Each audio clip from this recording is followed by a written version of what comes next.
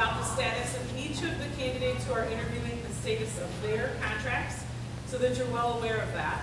And the board members have all taken assignments as far as checking references and having conversations about our candidates. So you will note that when the board deliberates about the candidates, they will be referencing some of those conversations and additional information that they have. So that part will take place, tomorrow after our last candidate is interviewed, just to give you kind of some sense. So tonight, 3 interviews. The board will stick around to get your feedback forms because that's important. They'll have tomorrow to read them. Tomorrow we'll have 3 more interviews, and they will read the remaining feedback forms in front of you before we deliberate about who to bring back, okay? Great, let's bring in our first candidate.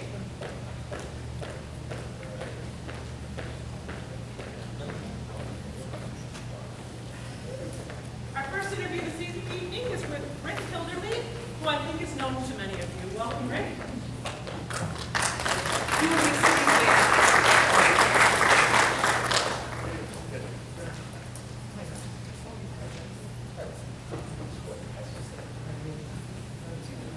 Yeah, let's do it now.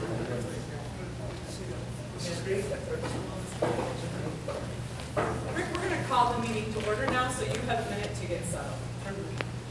All right, we're going to call the meeting to order. I'm going to lead us in the Pledge of Allegiance, so if you can all please stand. I pledge allegiance to the flag of the United States of America, to the republic for which it stands, one nation, under God, indivisible, with liberty and justice for all.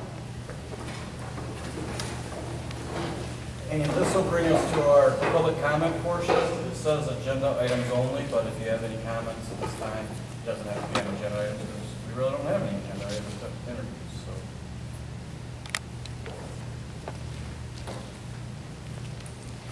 Okay, so we'll move on to starting Mr. Hilderly. So first of all, I want to welcome all the community members. We thank you for your time for joining us for this first round of Tecumseh Superintendent Search Interviews. Please note, members of the audience who wish to provide feedback may complete an interview feedback form following the interview. The forms are on the table, right here with Terry, I believe. And will be copied and distributed to all the board members. Also, all the board members will be asking questions.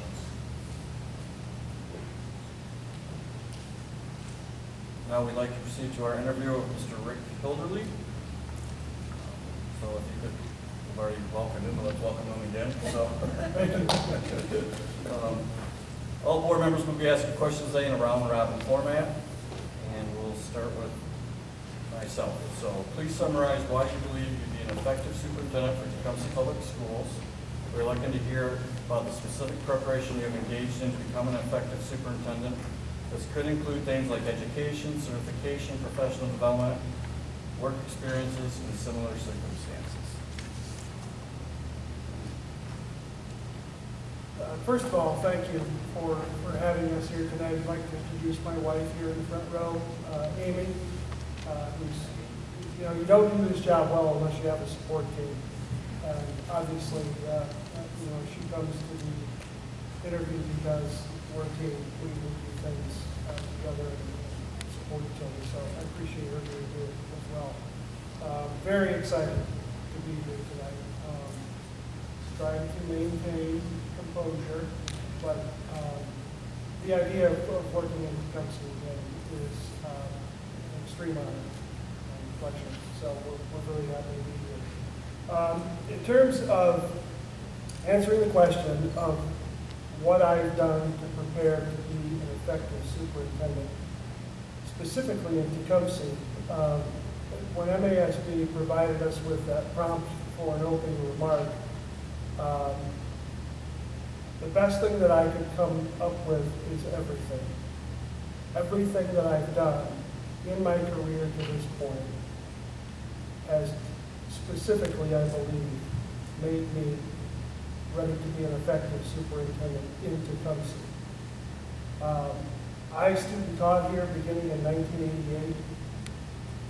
I got my first job in 1990 as a teacher. I coached. I took leadership roles on staff between school improvement and teaming in '94 when we moved from a junior high to a middle school, was part of the team that led that initiative.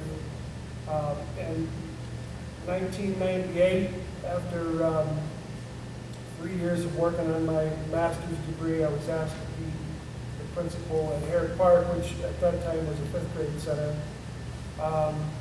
Wonderful experience. And then through the early 2000s, I worked at Herrick Park in Patterson while those buildings were both separately being renovated.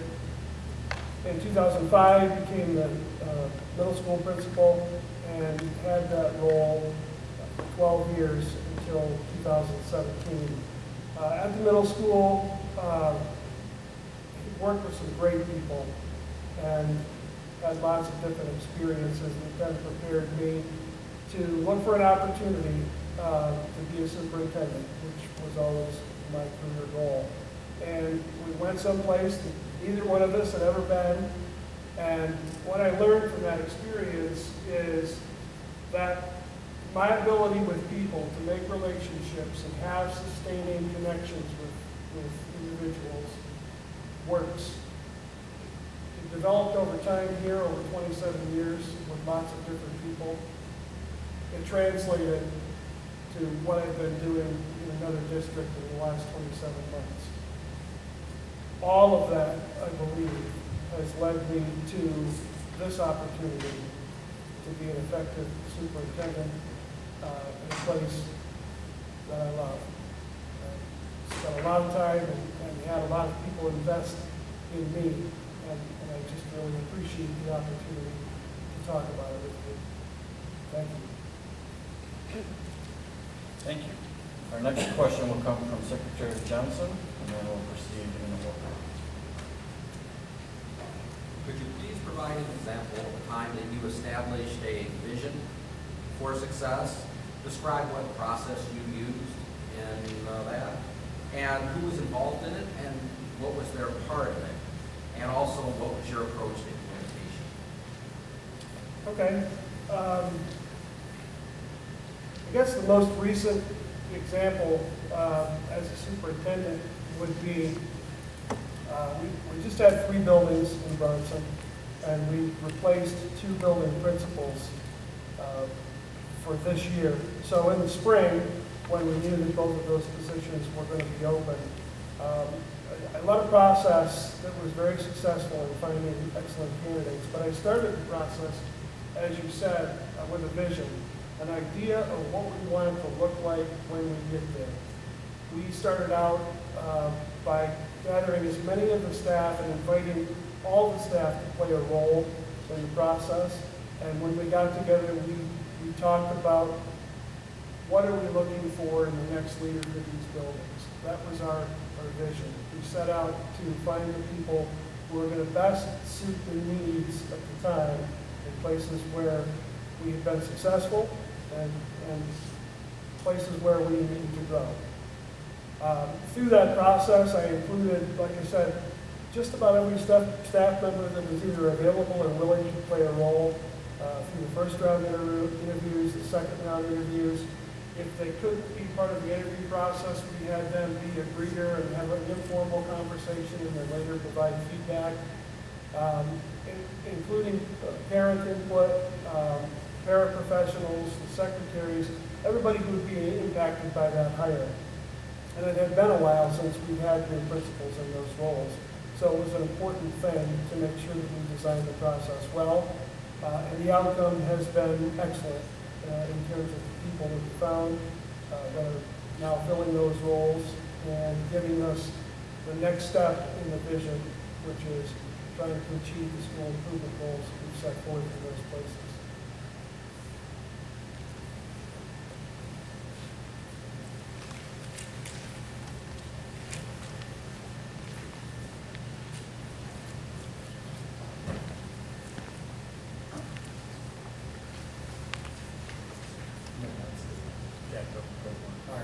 Hello.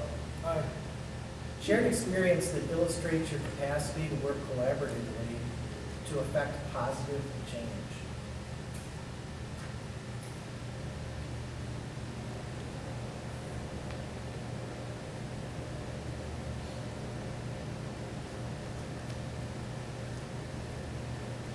I would say the instance that I would use for that would be something that we did as an ISD.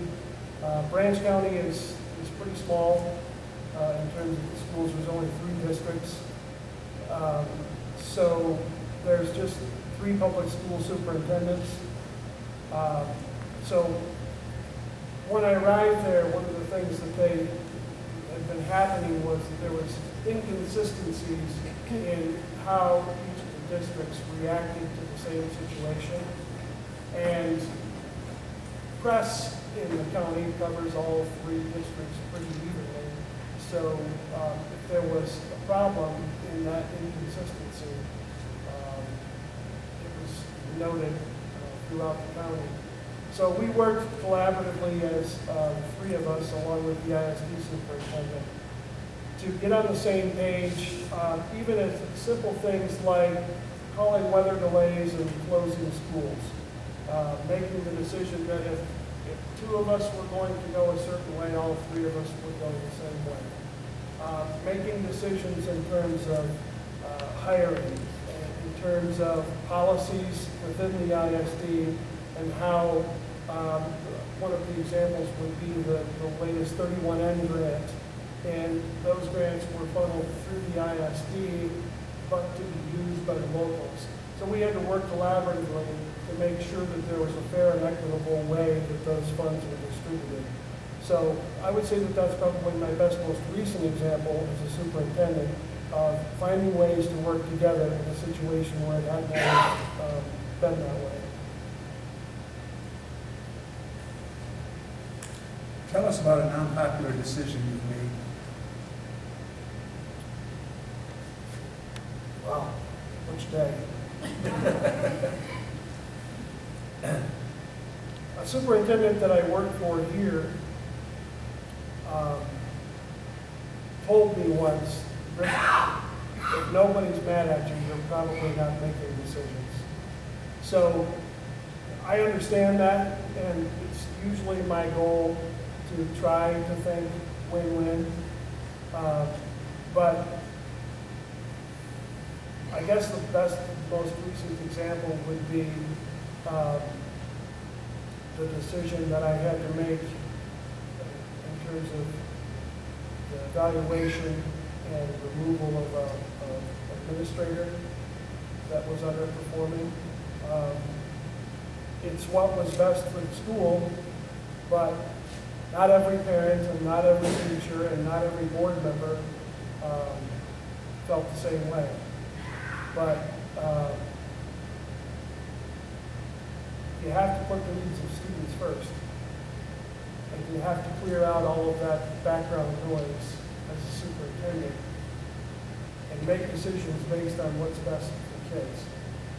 And in that instance, I believe that I did, and I think that the outcome has shown that, and the people who doubted are now convinced.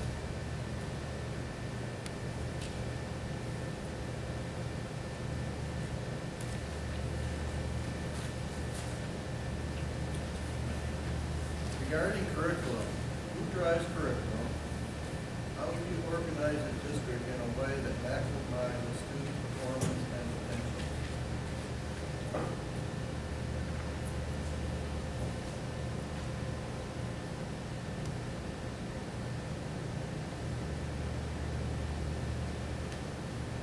Well, I know this. My experience has been that the experts in curriculum are the people who use it every day, and that's the teachers in the classroom. I think that it's nice to have somebody at the administrative level that helps direct that. That's the process that we use where I'm working now, is that we don't have a central office administrator, but we have building administration who direct our yearly process of reviewing curriculum in the specific areas.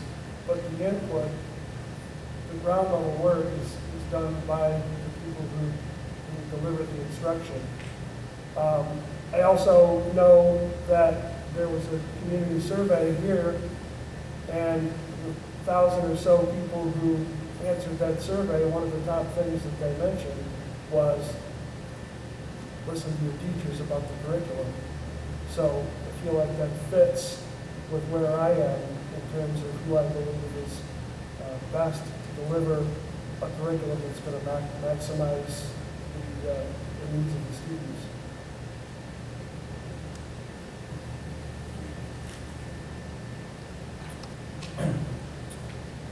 Tell us about your impact on student achievement in your most recent position. Please describe the situation, the task, what actions you took, and the outcome.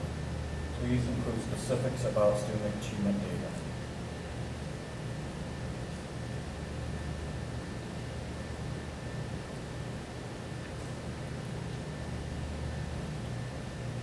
Our biggest gain recently has been in the area of science. And when I arrived there, there was a little bit of chaos in the department at the different grade levels. So we needed to get coordinated on that. And there wasn't great agreement on it to start with. The first year that we implemented it, only the elementary used the materials that we agreed on. And then the second year, the secondary staff came along and we implemented it. Our internal statistics show that we've grown over 10% in that area since implementing the changes. And that's an NWEA score, so it's not part of our state testing. But internally, we've seen great growth, and it's because you mentioned the curriculum development process. The teachers were the major factor in implementing and bringing that curriculum on board. They had great ownership. They implemented it with fidelity, and the results have shown that that process works. So for us, it's been science. It's been on the grow. It's about 10% better than it was 3 years ago when we started it.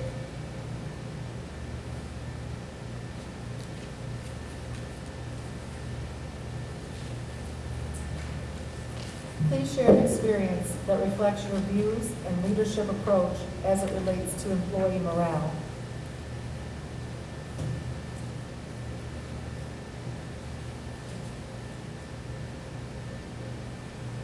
At the superintendent level, you have to be aware of and you have to be adequate in the different types of leadership, whether it's situational or transformational. What I've known about myself is my leadership style is best when I'm serving others. I look at myself primarily as a servant leader. When you work to serve others, put their needs, put the support of their growth ahead of your own, I believe that is what addresses staff morale over time. Being an inspirational leader, certainly there are times when that's necessary. You can't sustain inspirational leadership over long periods of time. You establish trust with people by serving their needs. And I've always been most comfortable and most successful as a servant leader. Figure out what people need and find ways to support those needs.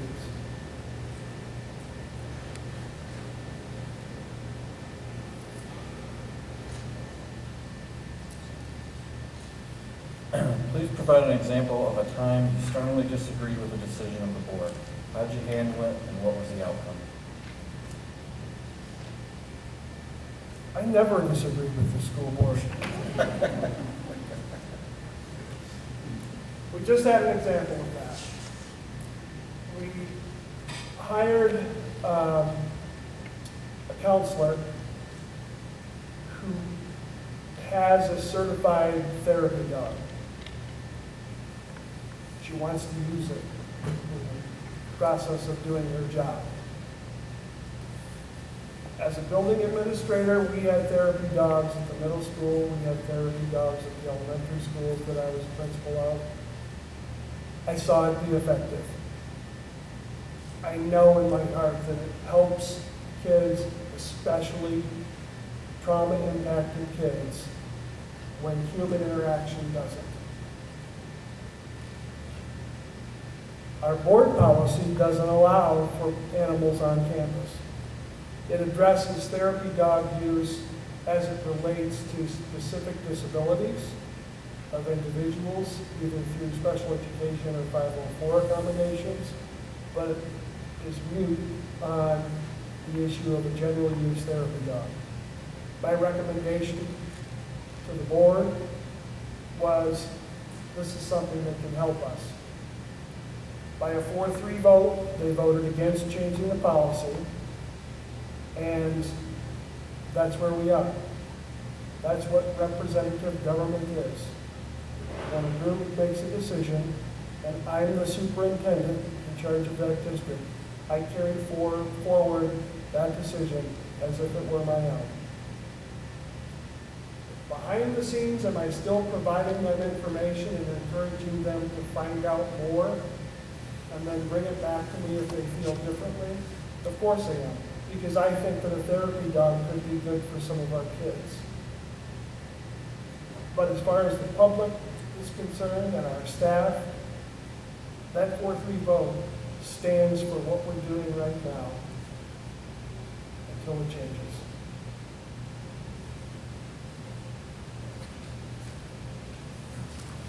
Could you please share an experience that will help us understand your approach to using data and sharing data with key stakeholders?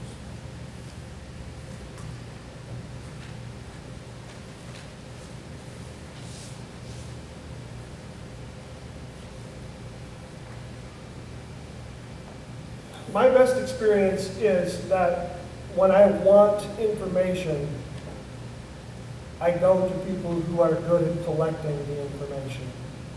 In Branch County, we are in a consortium with a total of 3 counties, Branch, Berry, and Calhoun County. So our data expert, her name is Anna McCrum, works for the Calhoun ISD. So my process has been when I want to use information to help drive a decision, I communicate with her because she's the person who's really great at data. Now, I don't use that process because I want to use data to manipulate a situation. I use that process because she's the expert in data, and I'm not. I'm an expert in decision making, I'm an expert in gathering information to inform decisions, but my process there and would be here is to discover who's the expert in collecting data and who can I work with to find data that's going to give me information on the particular problem that we're dealing with. So that's been my process, and I would hope to continue that process in Tecumseh.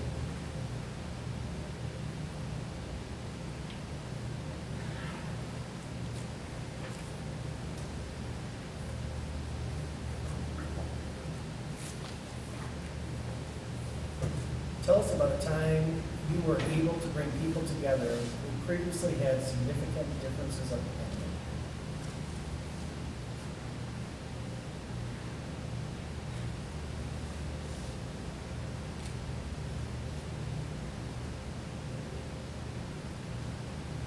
And I can't use examples of my 3 daughters. Probably not. I think a good example of that would be last school year, and it really lasted most of the year from the fall around into the spring. We had a disagreement or it was a problem, and it involved a parent who was also a school board member and my athletic director who's also a coach. And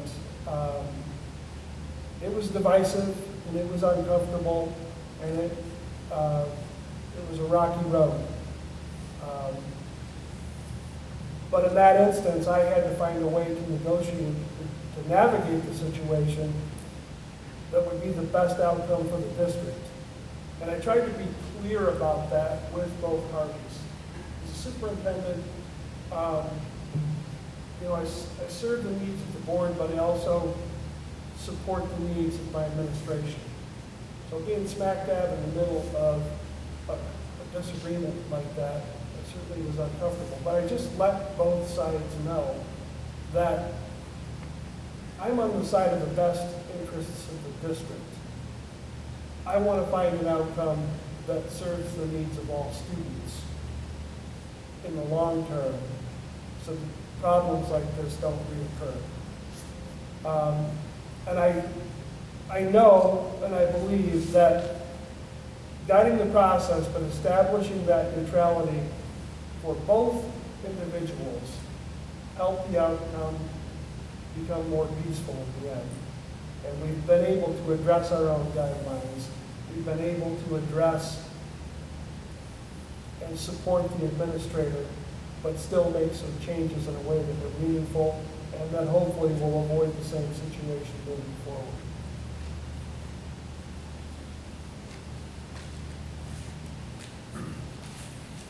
Please describe what a visible and accessible superintendent looks like from your perspective.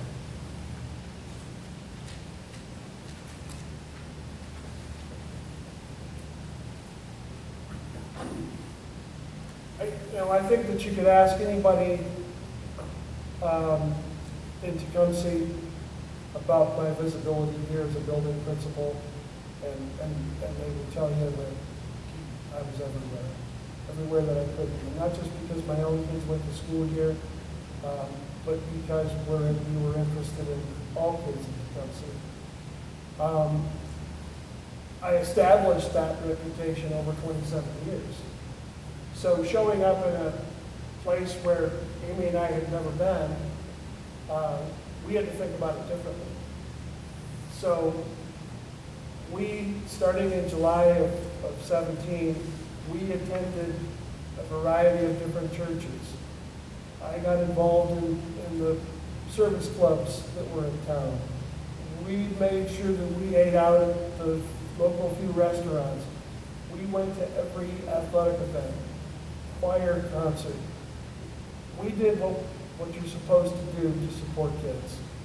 And we did it because the superintendent needs to be that person. And I think that if you communicated with anybody in Bronson, that they would say that a lot of my success is based on the fact that people know who I am. I used to enjoy at the teaching level and as a building principal when a kid would recognize me and admire. And as a superintendent, that still happens.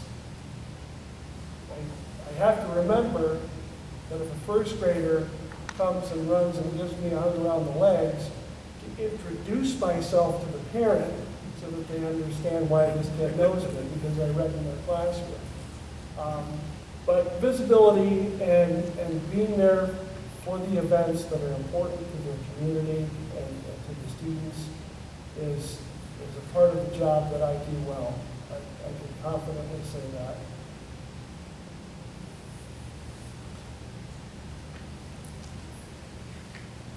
How have you invested in the communities you have worked in?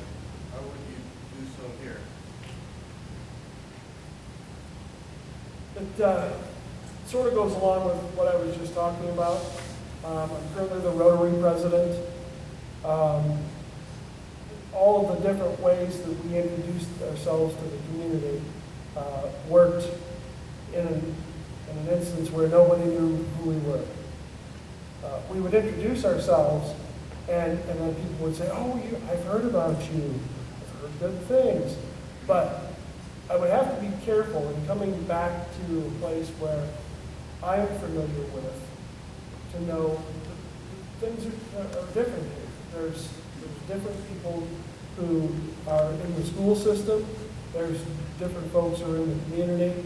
So we would we would have to start that process over of reinvesting in the community and not take for granted the fact that even though I spent a lot of time here, that our kids graduated from here, that we're still great friends with lots of people, that as the school superintendent, I still have an obligation to make myself known to everyone here.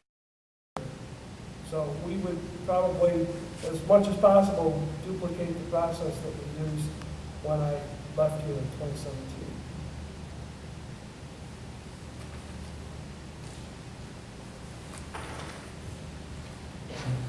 Tell us what your budget development process is and how you use the process tell us what the budget development process you use and how the budget process works to gain broad support for the final result. I have a fantastic budget manager. Our offices are side by side. I learned in my first year of being a superintendent that I can't talk to her too much, that she needs information, things that I don't necessarily think of that are going to impact the budget. If I don't forewarn her, there's a problem. So number one in the process is have a great working relationship with the person who manages the budget. In terms of the budget itself, it's about prioritizing needs and then prioritizing wants. Focusing on the needs that are most close to the students and making those the top of the list. Curriculum, supplies, programming, those are the things that impact our budget and our decision making. For a small district in a big county, we provide a very nice program with lots of choices. We have an early middle college agreement with one community college. We're working on a second one. We have a very active career center that we send about 30% of our junior and senior students. Last year we had 17 of our 85 graduates who left Brownson as sophomores in college because of the dual enrollment program that we have with Glen Oaks Community College and Kellogg Community College. So we're a little farm town in Branch County, but we provide big opportunities for kids, and it's because we're careful with our budget and we focus on what can we do to make our kids prepared after they leave school. And just making sure that that process involves input from our staff, input from our community. And I, for the third year in a row, I do senior interviews where I talk to the kids just before they are graduating. Then I get input from them, and I talk to them about what are the things that we've done well and what do we need to do differently. All of that information impact the decision. And we've been able to do it with a fairly healthy fund equity. It was 21% when I started. It'll be probably 29%, give or take a few, depending on what the outcome of the budget discussion is, hopefully by October 1st. And then we use that fairly healthy fund equity to reinvest in the teachers. I have board members that have been on the board for 12 and 14 years, so they were around in the late 2000s when things had to go, including people, neighbors of theirs. They don't want to return to that, so we're very careful with our money, and we try to use the excess that we have to support the needs of teachers.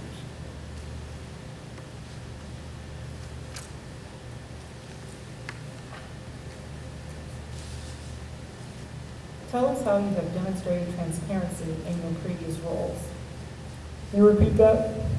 Tell us how you have demonstrated transparency in your previous roles.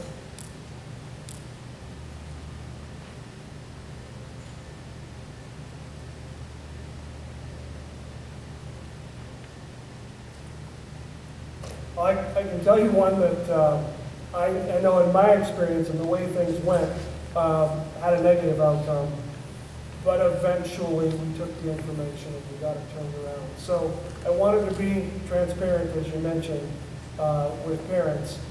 And I had a parent input forum at the beginning of last school year. And things didn't go the direction that I thought that they were going to go in that meeting. They exposed a couple of weaknesses that none of us had really understood. And the immediate reaction especially among the staff, was to get a little bit offended because we thought we were strong in a couple of areas, and the parent feedback was, no, you're not. So, it was an uncomfortable inward look. We took that information, and it had to do with transitioning 5th grade kids from our upper elementary into the junior high school, and the impact that it had on our 6th grade kids, and a little bit leaking into 7th grade. So, not knowing that had been a problem for people, we did a broader survey to make sure that it just wasn't the 25 people who showed up that evening to talk about it. That survey kind of verified what people were telling us about that transition, and we have revamped it. As I mentioned earlier, I had experience as a middle school administrator. Sometimes I introduce myself as a recovering middle school teacher. But I had that experience in middle school for a long time. So once they told us what it was that they felt we were weak in, the lights came on, and we were able to address it based on experience that I had in middle school here. We started doing things differently for the 6th grade. And we've had a counselor specifically focused on middle school students. We've installed some teaming. We rearranged the schedule so that they could have common planning time in the 6th grade.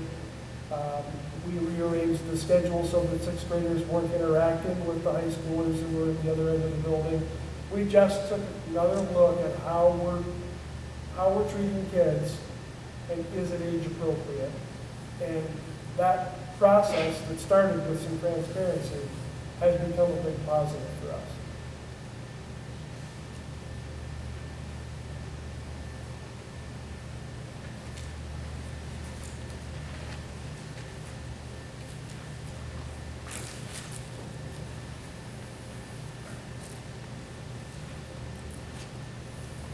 Tell us about the expectations you create for staff. What are they? What factors do you consider in setting, communicating expectations?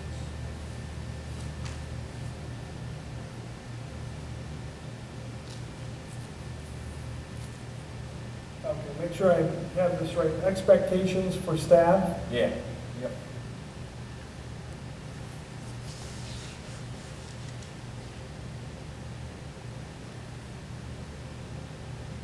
Well, I'll start with this, and it has to do with something that I mentioned earlier, and it's in the area of inspirational leadership.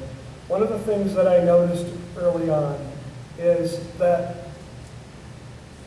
we didn't have a unifying focus. We had some silos, we had 3 different buildings, we had one building that had developed kind of a poor reputation over time. And I noticed that I really wanted to try to do something that would address that unity and that need for all of us to be thinking in the same way. So it was a simple thing.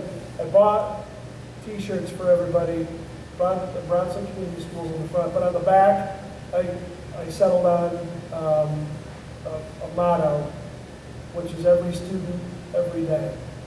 And then when I introduced myself to the district, I told them that that's the way that we're going to begin to think. Is that we're going to be what we need to be for every student, every day.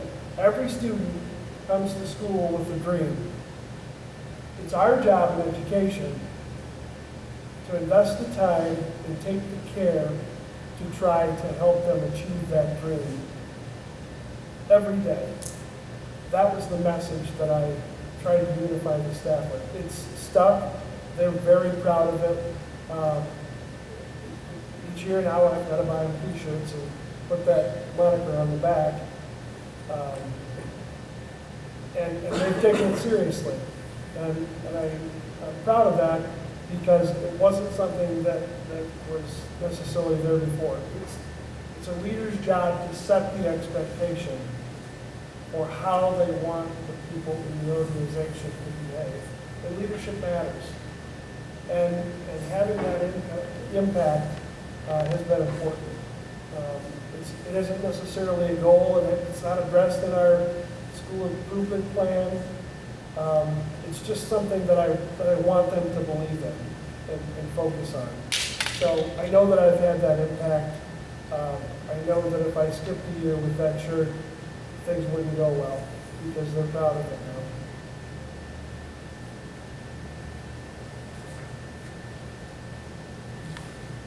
How have you demonstrated responsiveness to your board, staff, and community in your past roles?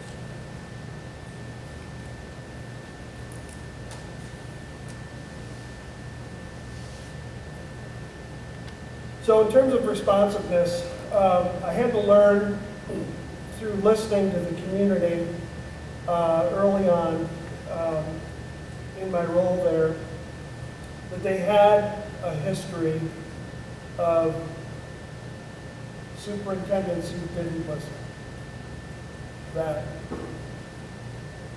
created their own goals, their own mission, their own purpose in isolation, and then attempted to implement those goals with people who hadn't been given the opportunity to have input. So while the superintendent position where I'm at now is highly respected in the community,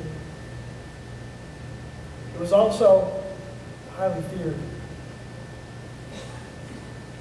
I felt like I was the right person at the time because I've never tried and I've never would have been successful in striking fear in anyone's hearts.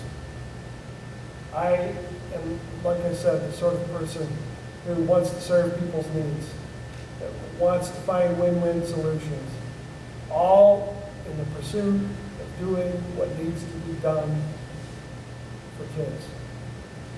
So over time, and not a lot of time, I had a positive impact there, to the point where people know that my door is open, people know that I return phone calls, they know that I will answer their emails, they know that they can pull me aside at a volleyball game, they know that they can communicate with me in a restaurant and address issues that they think are important.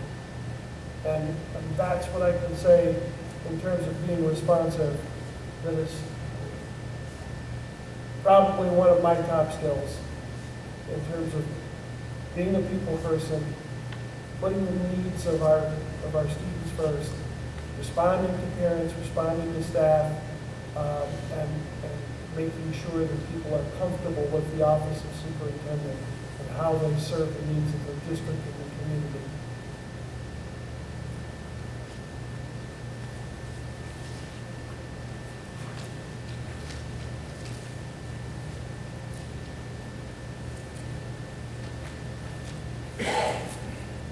What have you done to develop the skills of your staff? What were the specific topic areas? Did they ask for the training, or did you suggest it to them?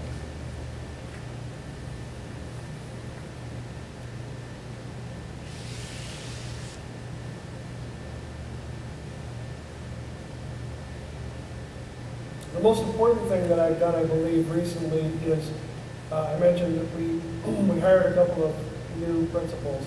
I wanted to make sure that they were all trained and all understood an evaluation process that I was trained in, that I found successful. So we've all been going through the training myself for the second time. One of the new principals has been through it once. My secondary principal had not, and one of the other new hires had not. I wanted it to be so that when we get together to talk about giving feedback to teachers, that they're doing it in a way that we're all doing it, so that there is consistency in the three buildings, and it wasn't being done previously. The book, the training is based on, is called Leverage Leadership, and it addresses a lot that feedback component. And it's not great feedback when you tell somebody, hey, good job. But if I notice that you're using intentional practices to engage your students, I want to be able to deliver that information so that they know that I perceive those things. All of our building principals need to have that same language. We need to have the same basis of information to be able to discuss the process of teacher evaluation, because the goal of teacher evaluation is to improve instruction. There is no substitute in a school system for having a quality teacher in every classroom. And it's the primary job of the building administration to improve instructional quality through timely and specific feedback. So I wanted to make sure that all the building principals had that training, had that vision, and had the ability to have the discussion when we were together about how that needs to go. And no, they didn't ask for it.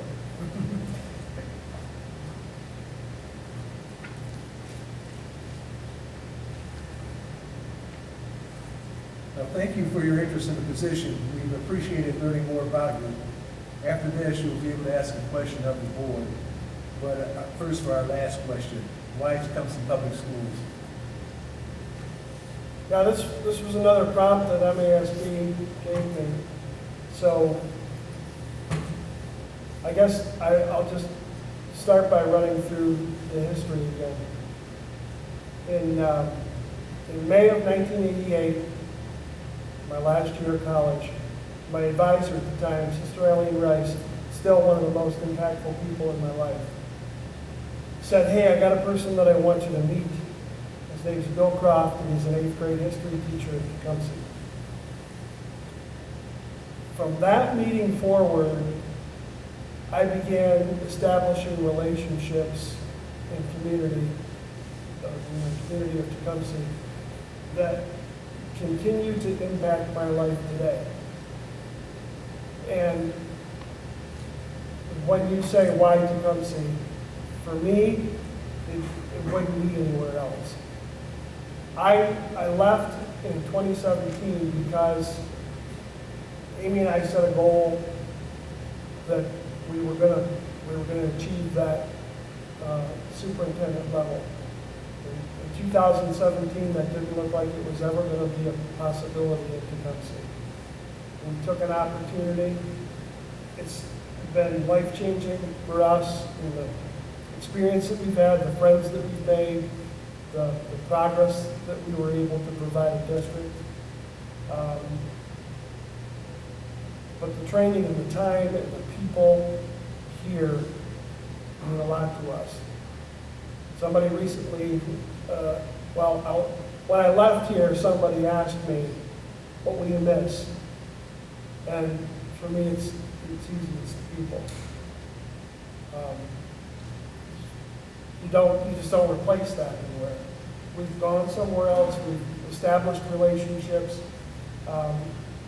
It's been meaningful. But at this point, it just feels like that happened so that this could happen. So, why Tecumseh? It's the only place that we would leave where we are to do this job.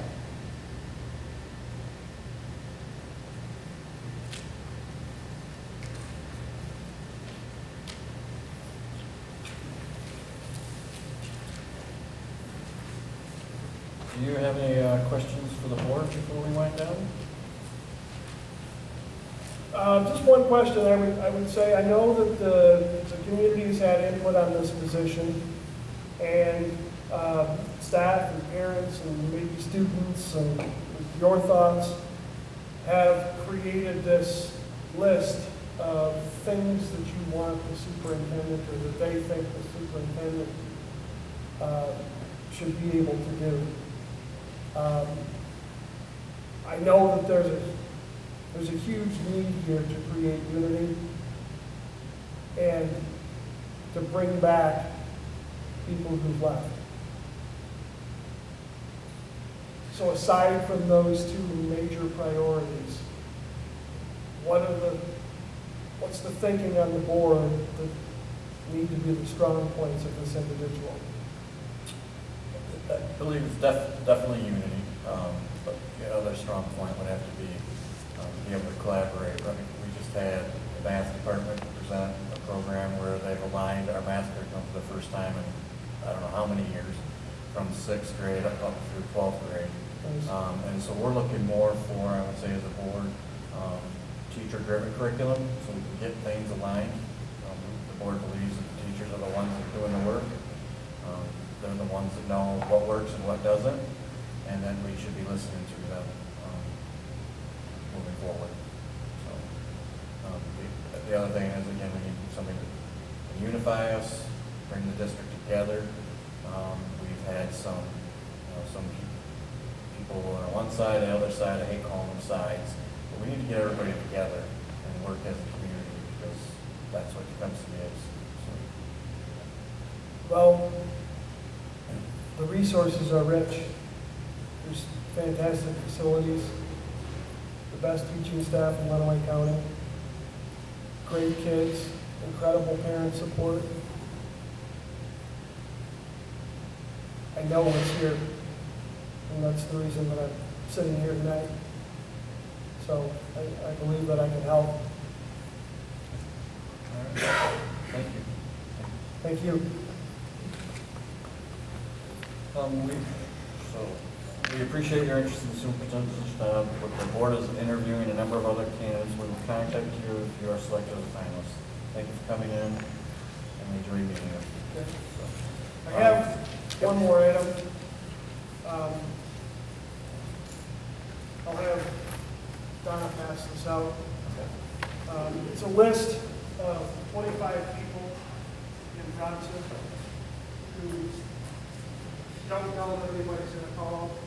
They're not references, they're character verification. I encourage you to call any and all of these people to verify the comments that I gave them. I hope that you did, because I think you'll find out what I am saying and who it wasn't. Appreciate it. Thank you. Thank you.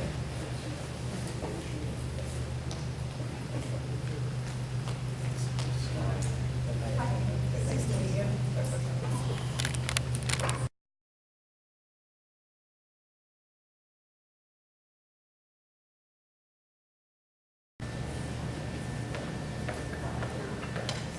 Our second interview of the evening is with Mr. Ben Williams. Ben, welcome. You will be sitting there.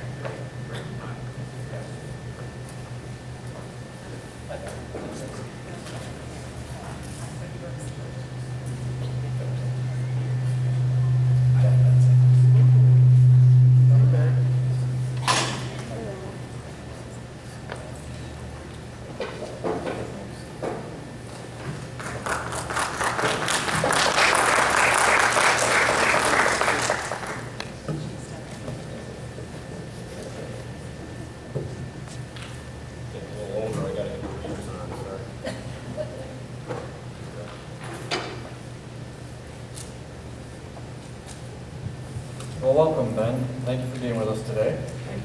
All board members will be asking questions today in a round-robin format. And so I'm going to start with me. So please summarize why you believe you'd be an effective superintendent. Sorry. That's okay.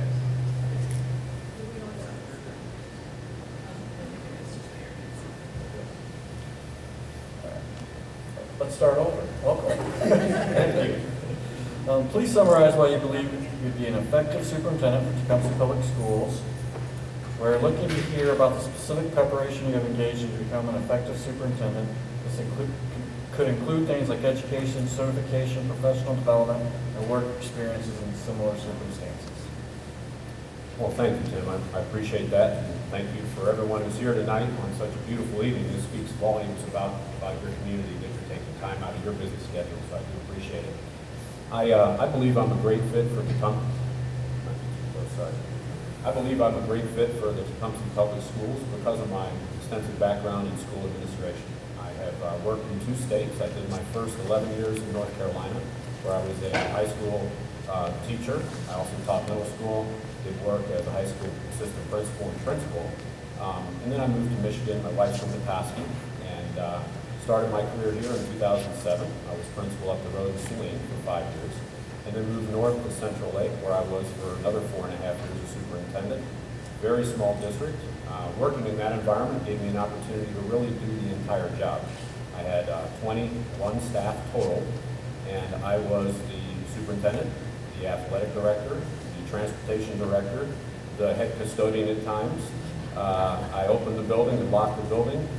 So I kind of had to learn the whole job. That was a great advantage, actually. And now that I'm in a much bigger district over in Taylor, I have the privilege to work with 930 employees and an annual budget of about $65 million. And it really has been the best of both worlds, starting really small and then moving really large. It's given me that breadth of experience. I did my undergraduate work at Wake Forest University in North Carolina, and then got my graduate degree in Masters of School Administration from Appalachian State, which was actually quite funny because I moved here 6 weeks before they came up and beat Michigan in 07. So had to get that joke in, sorry. But thank you, I appreciate that opportunity, and I think my wealth of background, plus the fact that I was privileged to have been born in Washington, D.C. My father was a diplomat, so I grew up all over the world. I grew up in Germany and Greece and Turkey and Cyprus and Austria. Just have a wealth of experience and background. I have been that student who was essentially the ESL student. So going to an international school, I was a GSL student in Germany, with German as a second language kid. So, I've learned a lot of things over my time, not only as a student, but as an educator, as a teacher, and as an administrator. So I think I can bring all those things to bear, and already feels like a good fit here just walking in. So thank you. Thank you. Our next question will be Secretary Johnson, and then we will proceed in order. Could you please provide an example of a time that you established a vision of success? Could you please describe the process that was used, who was involved in the process and how, and what was your approach to implementation? Thank you. So I'll draw on an experience I had probably in my first few weeks when I arrived in Taylor. I got to Taylor as the superintendent there, and we had at the time a negative $4.56 million budget. That's an ominous thing to inherit. Really quickly, we had to work collaboratively with the team, with all leadership of all 4 union groups, the rank and file staff, the Board of Education, the community, to really sit down and reframe and refresh our strategic plan and really think about our mission and vision as a district. You can't continue effectively with that sort of a deficit. And so working with all stakeholders and working with our team, we had to make some hard decisions. One of those was we had, at the time, half-full high schools, which is not a good business model.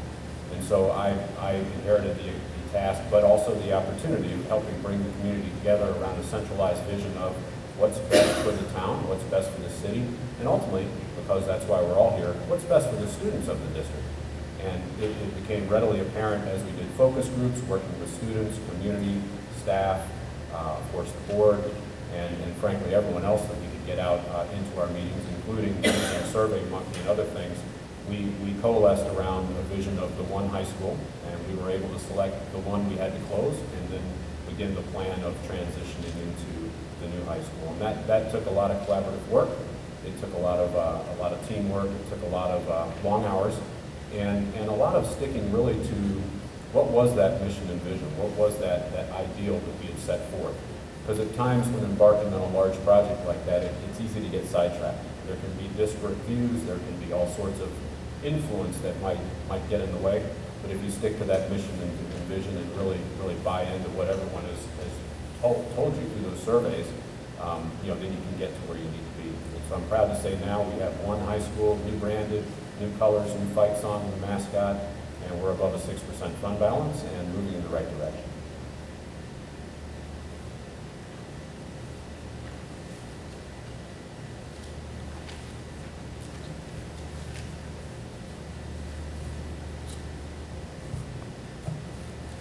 Share an experience that illustrates your capacity to work collaboratively to affect positive change. Thank you.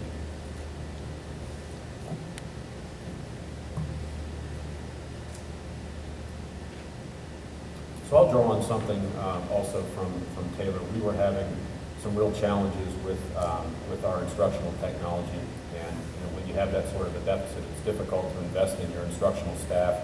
It's difficult to provide them the tools they need to be successful. It's also difficult to provide safety and security measures for the building.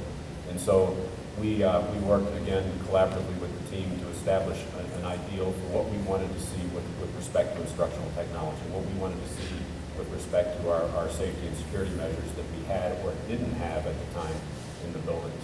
And so we rallied all of our 4 union groups together, worked effectively with the community, and really pulled together and marketed and advertised what we hoped would be at the time the first bond to pass in Taylor since 1969. And I'm happy to say that we were very successful with that. We were able to pass that bond by a 60 to 40 margin, which was huge since we hadn't had one passed since 69. And that allowed us to invest in all of the instructional technology needs we really needed. At the time, we were able to put clever touch boards in our classrooms, update our security cameras, install cameras on all of our buses, purchase additional software, hardware, servers, you name it, all the things that we had not been able to invest in to properly equip our instructors in the classroom and make those positive changes for kids.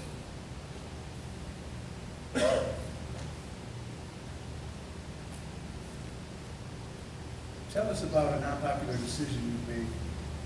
A non-popular decision? Non-popular. Non-popular, okay. Well, depends on who you ask, but I would definitely say a non-popular decision that I made, and it was a collaborative effort, but I did guide the board to make this, and it was a hard one. It passed 4-3. It was the closure of the one high school. I'm not from Taylor, I'm not from Michigan, but when I arrived, it was readily apparent that we had to close one of those 2 half-full high schools, and the one that made the most sense was the one that was 2 stories, did not have air conditioning, did not have an elevator, did not have a functioning pool, was not ADA accessible, and the list goes on. However, in the eyes of the community, that was the oldest high school, that was the one that had the most alum, that was the one that had a real community feel to it because it was right in the center of the town. The other high school we did ultimately keep open and transition everyone into was 1 story, more modern, did have air conditioning, fully functioning pool. So it made sense from a perspective of dollars and cents and actually opportunity and safety for all of our students to do what we needed to do. But it was definitely unpopular. I did hear quite a bit of feedback, certainly from alum from Kennedy High when we had to close it.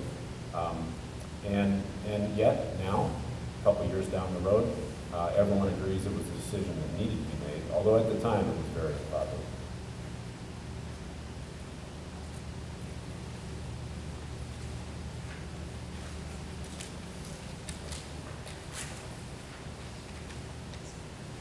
Regarding curriculum, who drives curriculum? How would you organize a district in a way that maximizes student performance and potential?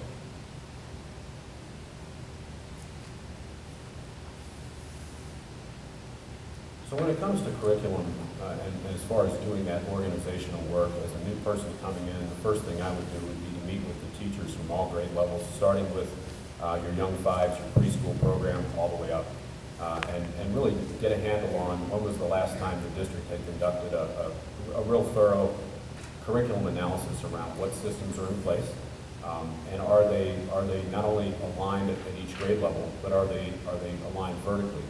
Is there a vertical scaffolding matrix to them? So that sequentially one set of curricula kind of naturally leads off and hands off those students to the next grade level up.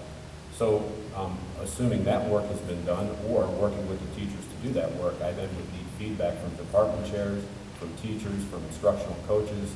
I know from doing research on the website, instructional coaches are in place in the district. They serve an instrumental role in that process, as well as in PD.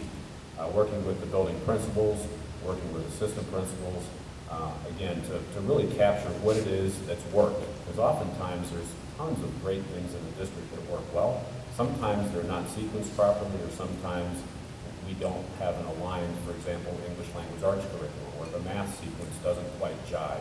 And you can do that by triangulating your data and really doing a deep dive into a curriculum analysis, looking at your MSTEP scores, looking at NWEA, looking at the SAT and SAT to figure out where's your gaps, and doing a gap analysis, again, getting that feedback from the teachers around what is it we have in place, and what is it, if we could wave the magic wand, would we want to bring in to complement what it is we have.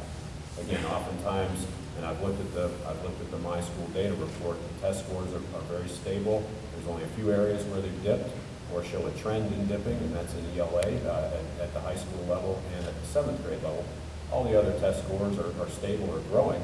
And so I think the teachers are going to have the best handle on what are some of those needs and what are some of those investments we need to make.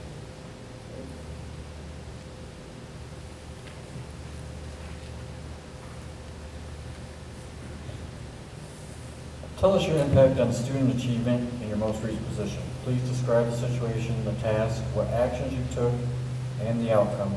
Please include specifics about student achievement data.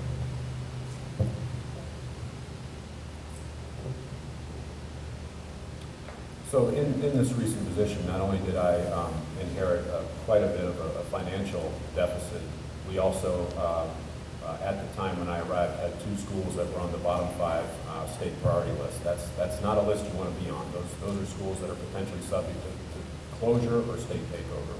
And so working with my assistant superintendent, really kind of building on that last question, doing a curriculum analysis and looking at where we had our curricula in the district and what we needed to enhance. We did 3 pretty quick things because we needed to move quickly. We worked collaboratively with all of our staff from all school levels, with our teachers union. We implemented an instructional coaching model. We did not have one when I arrived, and I'm happy to say now we have an instructional coach in all 13 schools. And that person is also supported by a professional development sub so that they can relieve teachers for those planned teach debrief sessions. We also noticed that we did not have an aligned English language arts curriculum, so we purchased, after receiving feedback from our teachers and piloting various curricula, we purchased Journeys for an aligned ELA curriculum K-12, and we've seen marked improvement already in our ELA scores. When I arrived, we also did not have any progress monitoring tools, so I see that Tecumseh right now has NWA in place. It's a fantastic tool. We purchased NWA for our high school group, 9-12, and we purchased iReady for our K-8 students. And so sequencing those 2 together, again, to have that ability to hand teachers the tools they needed to actually monitor students' progress and make mid-year or even mid-month adjustments. Oftentimes, if you just rely on that MSTEP data, you get a one-shot, one-time, and that's kind of meaningless when it comes to, certainly when you consider when that data gets released, it's already the start of the next year. So it doesn't allow you to be nimble, it doesn't allow you to make pragmatic and timely decisions. So we made sure we put in 2 progress monitoring tools with iReady and NWA, and that then gives our teachers and our instructional coaches, our building principals, assistant principals, school improvement team, that opportunity to really work together and find ways to fine-tune the curriculum. So the English curriculum is now sequenced and aligned. We're now doing the same with math this year, and using those progress monitoring tools to make sure the decisions we made are actually bearing fruit. And if we're seeing gaps, then drilling down, triangulating that data, and figuring out what's next.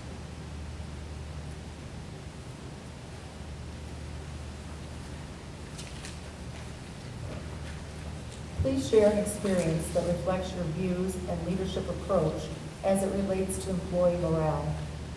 So employee morale is absolutely critical. And I think my approach is always situational.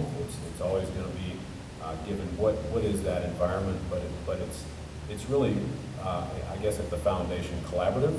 It's, my process, some people say, well, come on, let's do this. I think I'm more methodical, I'm more careful, I'm more data-driven.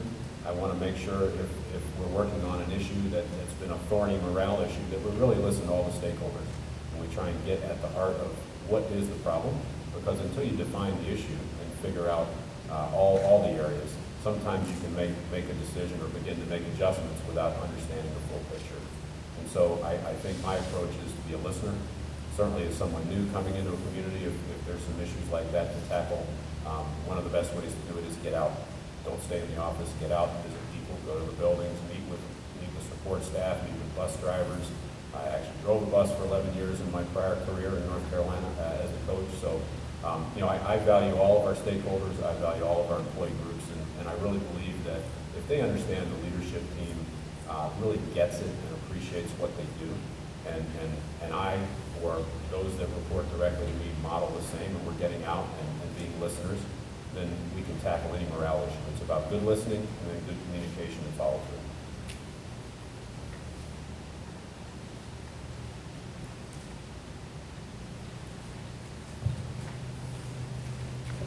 Please provide an example of a time you strongly disagreed with a decision of the board. How did you handle it? And what was the outcome?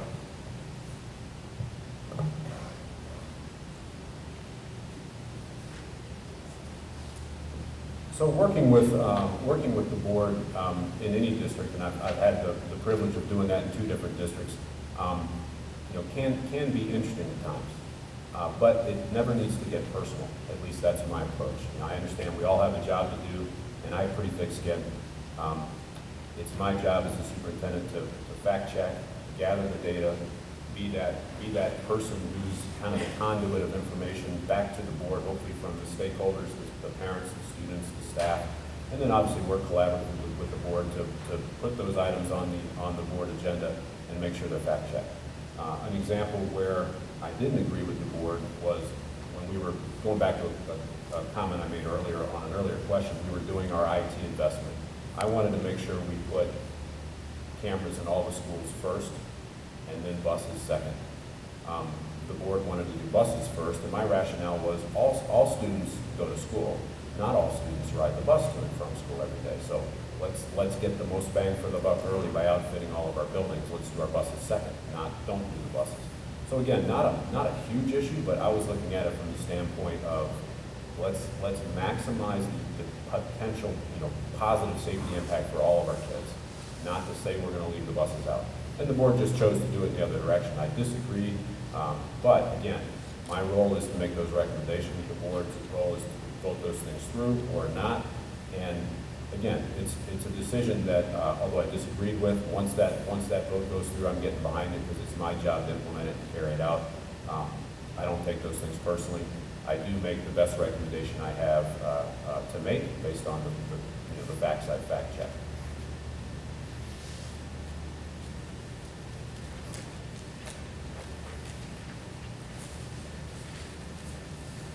Could you please share an experience that will help us understand your approach to using data and sharing data with key stakeholders?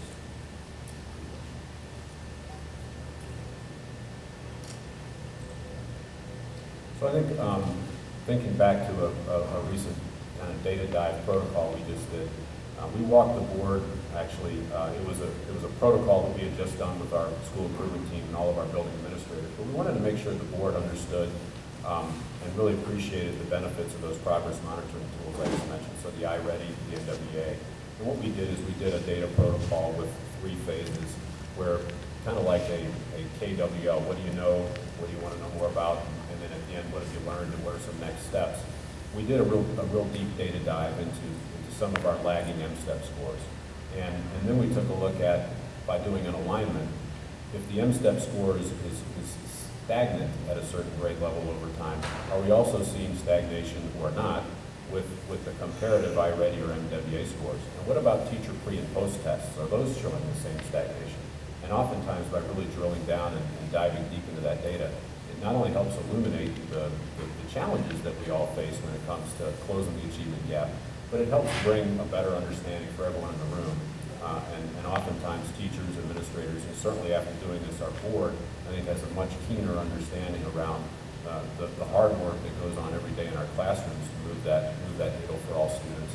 But also really how important it is when the board votes and makes those decisions, when they're purchasing curriculum or when they're purchasing instructional technology, they're able to see an actual move of that needle because of the good work the board has done. So I think that would be a good example of a recent deep data dive that we've just concluded.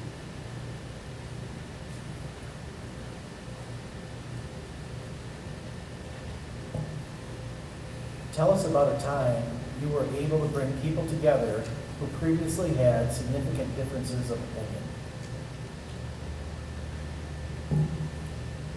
Well, I think I'll go back about 3 years, again, when I arrived in Taylor, we were facing a serious deficit. And I learned that there at times was quite a bit of animosity between the 4 union groups. And certainly when times are tough, you have to sacrifice across the board. And so I arrived right on the heels of a global 10% wage reduction. And so all 930 employees took a 10% cut. That's a difficult thing. There was quite a bit of frustration about who should get the 10% back first, as you might imagine. So as we started to do better, that was a thorny issue. And I had the opportunity to work with those union groups on not only let's get it all back together, because that just makes sense, but let's make sure we can afford to all get it back together. Let's make sure we all rally and put our differences aside and get behind this common initiative of passing the first Taylor Schools bond. And so I think at times like that, when things get difficult, it helps to really have everyone coalesce around a common goal. And it wasn't too hard to in individual meetings to help folks understand if we didn't change the way we were doing business, we wouldn't be worrying about getting the 10% back. We would be worrying about figuring out where we were going to work after the district closed.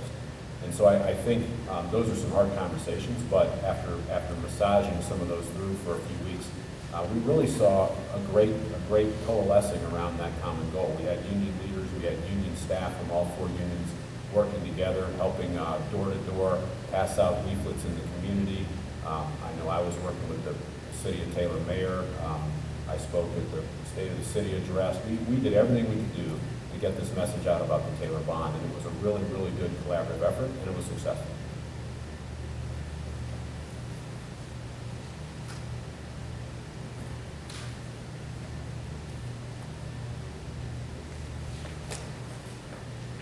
Please describe what a visible and accessible superintendent looks like from your perspective.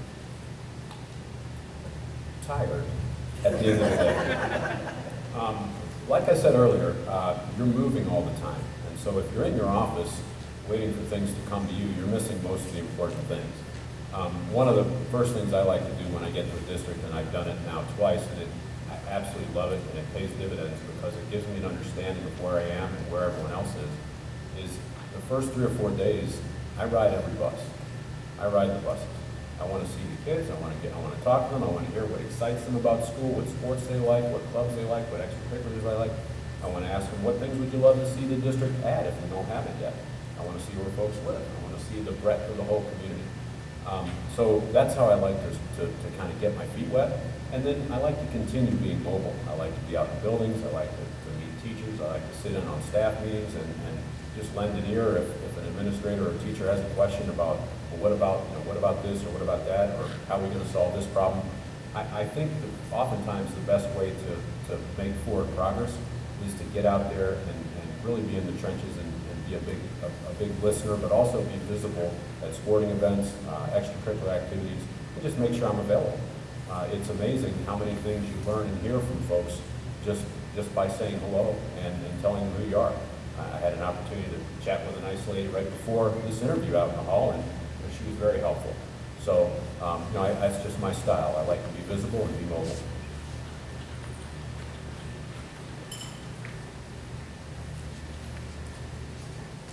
How have you invested in the communities you have worked in? How would you do so here? I'm sorry, one more time, please.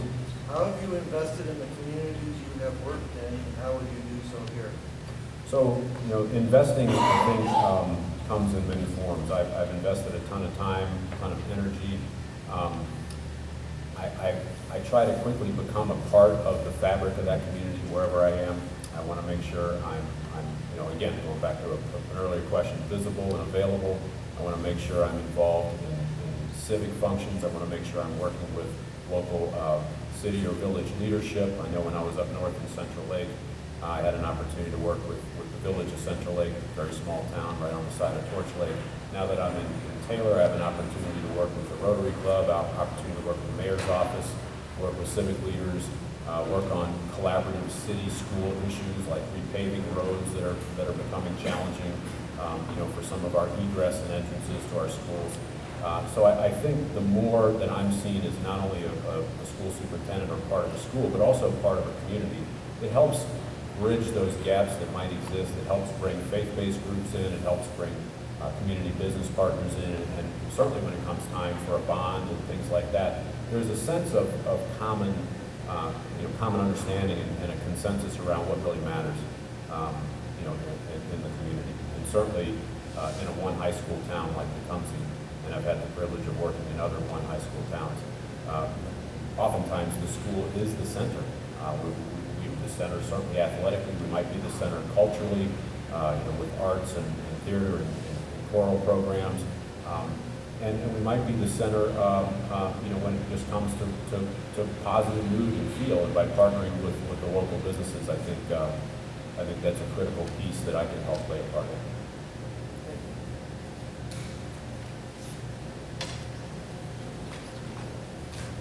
Tell us what the budget development process you use, how the process works to gain broad support for the final result. So what we've done the last few years, certainly the first few were pretty rugged with tightening the belt, but certainly the last few years we've worked collaboratively, my CFO and I, with meeting with building principals to look at what are their needs. We work with, of course, looking at our bond and looking at our enhancement millage, working collaboratively with other districts. We were able to pass a Wayne County enhancement millage that helps us offset some of the state funding. This year is a special challenge. I was just reading the news waiting before this interview that it looks like we're back to the 1X, 2X, 120, 240 is most likely coming forth as far as our school budget. But this year provided a little bit of a challenge with respect to flat budgeting because no one really knew where we were going to be. But the general process is we want to look at, of course, our projected enrollment, because that's the lifeblood of any district. You have to know your enrollment projections, and we work very closely with our people accounting office as well as with our county just to look at things like birth rates. We work with the Realtors Association to look at home sales and just try to capture a good trend of where we're going to be with respect to our enrollment. We've been very, very accurate with our last 3 years of projections, and that really helps with budgeting. And then it comes to sitting down with all the stakeholders that really have a say in that, looking at your facilities department, your athletic department, looking at food service, looking at any infrastructure needs. Is this a year that we're facing a lot of roof replacements and so forth?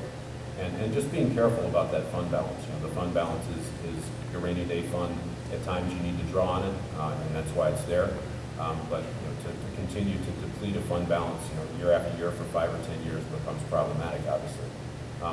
And so the process is really to involve all the stakeholders, certainly the building principals, certainly the teachers, looking at all those instructional needs and figure out what are those top needs in the district by department, and then knowing you'll never meet them all in a given year, starting at the top, filling those top needs across the board and working your way down, and keeping a careful eye on where's that line, informing the board, working with the board finance committee on, okay, this might be a year we have to tackle some heavy-duty facilities projects. Let's paint the box. We'll stay in the box as far as the CFO and I putting that budget together for the board. I also like to start early. No board wants to see a budget discussion start early May or mid-May, knowing they've got to vote on it by the end of June. So we start that process early. Hopefully, when there's still ice and snow outside, we start doing forward planning with directors and coordinators and folks from various departments to really begin to bring some early information to the board so we can begin thinking about what are we going to have to do before we kick off the next school year. So I think it really helps to start that process a little bit earlier than sometimes it happens in some districts.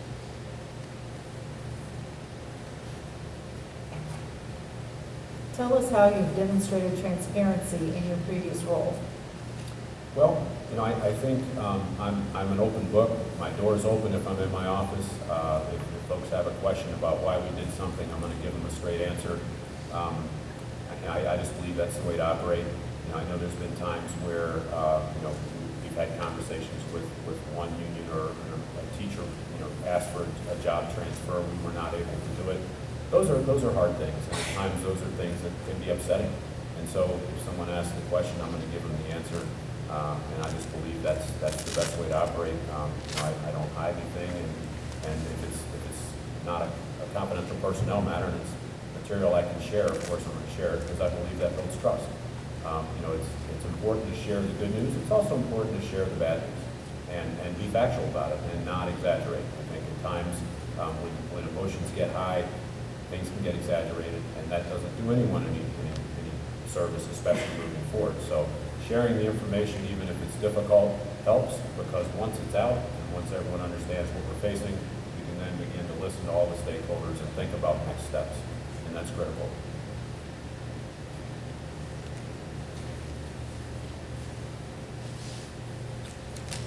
Tell us what the budget development, that's sort of every answer asked that.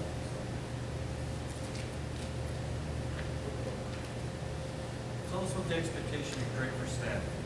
What are they, what factors you consider in setting and communicating expectations?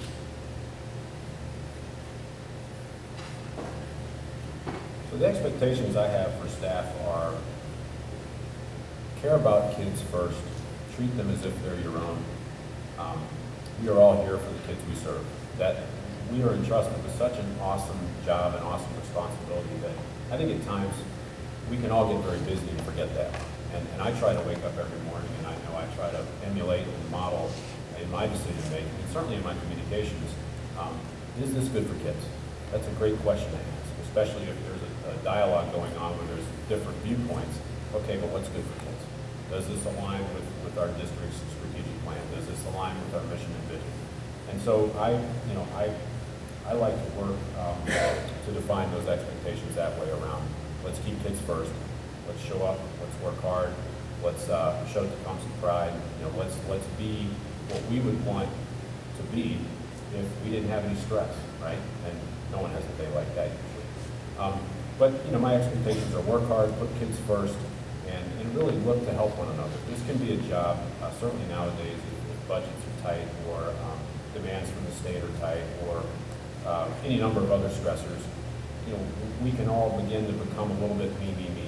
And I think by emulating and modeling an expectation of staff that, we are really all here for one another to better serve our kids. And the more we take care of one another and watch out for one another, the better we all are at our respective jobs and taking care of our students.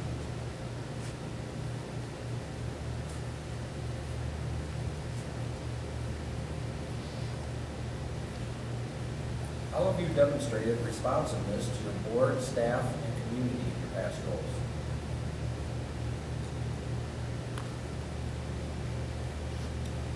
Well, one of those things, and I think all communities certainly have similarities, they all have differences, and so do boards. One of those comes down to what needs to be done at that time, should get done. I saw on your website you typically have 2 board meetings a month. You might have a study session, so forth. We are trending now because we've had so many issues to tackle. We've been meeting 6 times a month. That's a lot of board meetings. We typically will meet every Monday. We might have a special on a Wednesday or as needed. And those are just things that have to get done.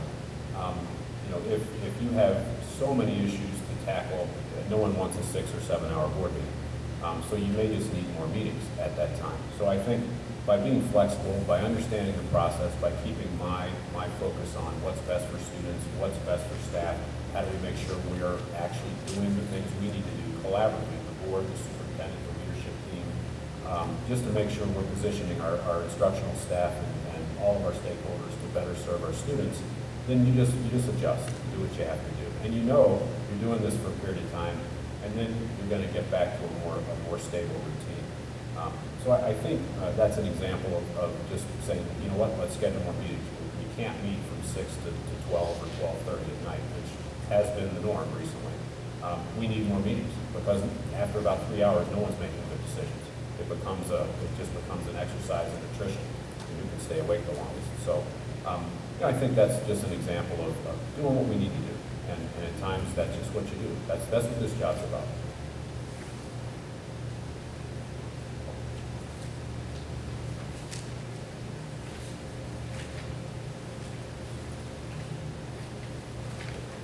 What have you done to develop the skills of your staff? What were the specific topic areas?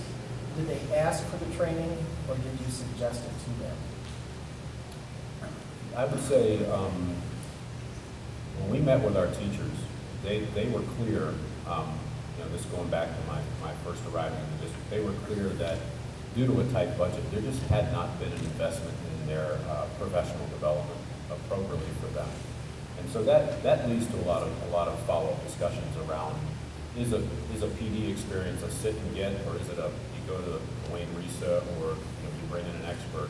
And we pretty quickly, after those discussions, came to a consensus that the best PD is job embedded. And so by working around, around those ideals, keeping the staff and their feedback in the forefront, they asked for some PD, but we also knew we need to deliver some PD. And the model we came up with collaboratively was to implement that coaching model to really target every single teacher in the classroom with an instructional coaching experience. And so that was a model that was built kind of from the central office level, because we knew we needed to invest in staff, but also on the receiving side from teachers, what sort of professional development means the most to you? Does a 3-hour experience on a Wednesday afternoon once a month move the needle? Or do you prefer a content expert in your classroom dialoguing with you, helping you plan, helping you deliver that lesson, helping you debrief after that lesson, make adjustments, come back the next day? What's more meaningful? What moves the needle in a non-evaluative, non-threatening format? And so by having those discussions and asking those questions, we quickly coalesced around that model, and it's really paid dividends. It's a fantastic way to go.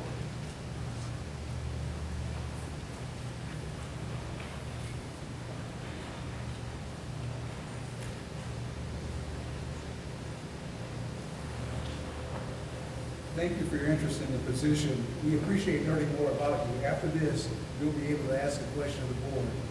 But first, our last question: why Tecumseh Public Schools? That's a great question, and I think I can answer that in a couple of ways. When I was up the road in Saline, I have three kids. All three of my kids were on the swim team, so we would swim against Tecumseh, or Tecumseh would come swim up here. I had a lot of teachers there at the time who lived in Tecumseh. I came to Tecumseh, and every time I did, I was impressed with the facilities. As I was today, walking in, I haven't been here for a while, but walking in, the grounds are well kept, the facility is well kept. I made sure I'm a former high school principal, so I walked into every men's bathroom coming down the hall just to look. I didn't see graffiti anywhere. That speaks volumes. That speaks volumes about who the students are. That speaks volumes about the expectations of those parents. It speaks volumes about the example the board sets, the facilities and the maintenance staff, and the pride they take in their work. And that's the kind of district I want to be affiliated with. That's the kind of district that really excites me to be a part of. And so I think when I think about why Tecumseh, certainly it's that feel I get right there. And then it's also just going downtown, walking in some of the shops and the stores. There's this sense of pride, that it's almost a feeling. You can feel it. And that excites me. I like being part of a community that has that tight-knit, we're all in this together, and even if some things have been rocky, you know what? We're Tecumseh, and we're going to move forward. Nothing but greatness lies ahead. Let's work together and get it done. So that might have been a little longer-winded version of what you were hoping for, but I think that's the best way I can express it. Do you have a question for the board before we wind down? I do. Thank you. And you can answer individually or just one person for the whole board. If I'm your candidate and I'm selected, what would you like to see? What would be that number one thing that you would like to see me tackle in the first 3 months on the job? What's that number one big thing?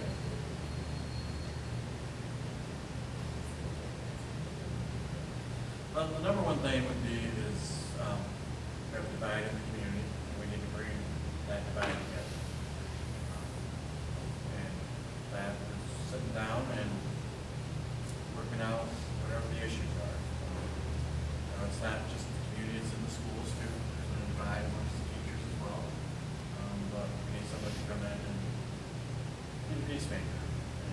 get everybody back on the same page. I'd be honored to have that opportunity. Thank you. We appreciate your interest in the superintendent position. The board is interviewing a number of candidates and will contact you if you're selected as finalists. Thank you for coming and enjoy the meeting. Thank you.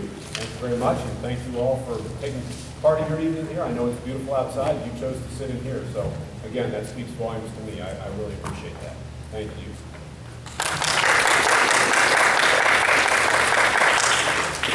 Everybody could fill out the forms and here. So we would prefer you not hang on to them, that you turn them in, that way we can, during this break, get as many copies as possible. Appreciate that.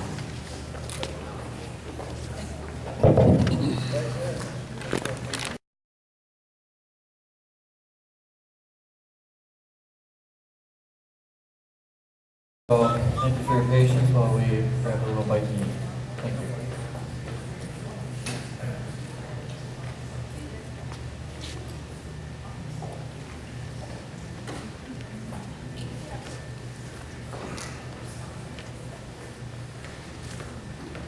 Our first candidate interviewing this evening is Mr. Scott Lee. Scott, you will be sitting right there.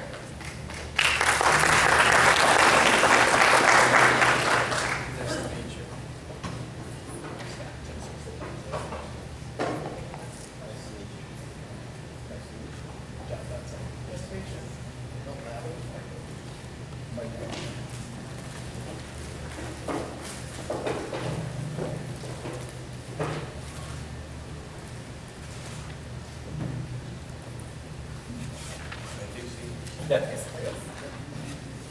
And Scott, if you could please make sure that you speak into the microphone, that would be fantastic. I'll do my best. I got a good teacher voice still, so I can.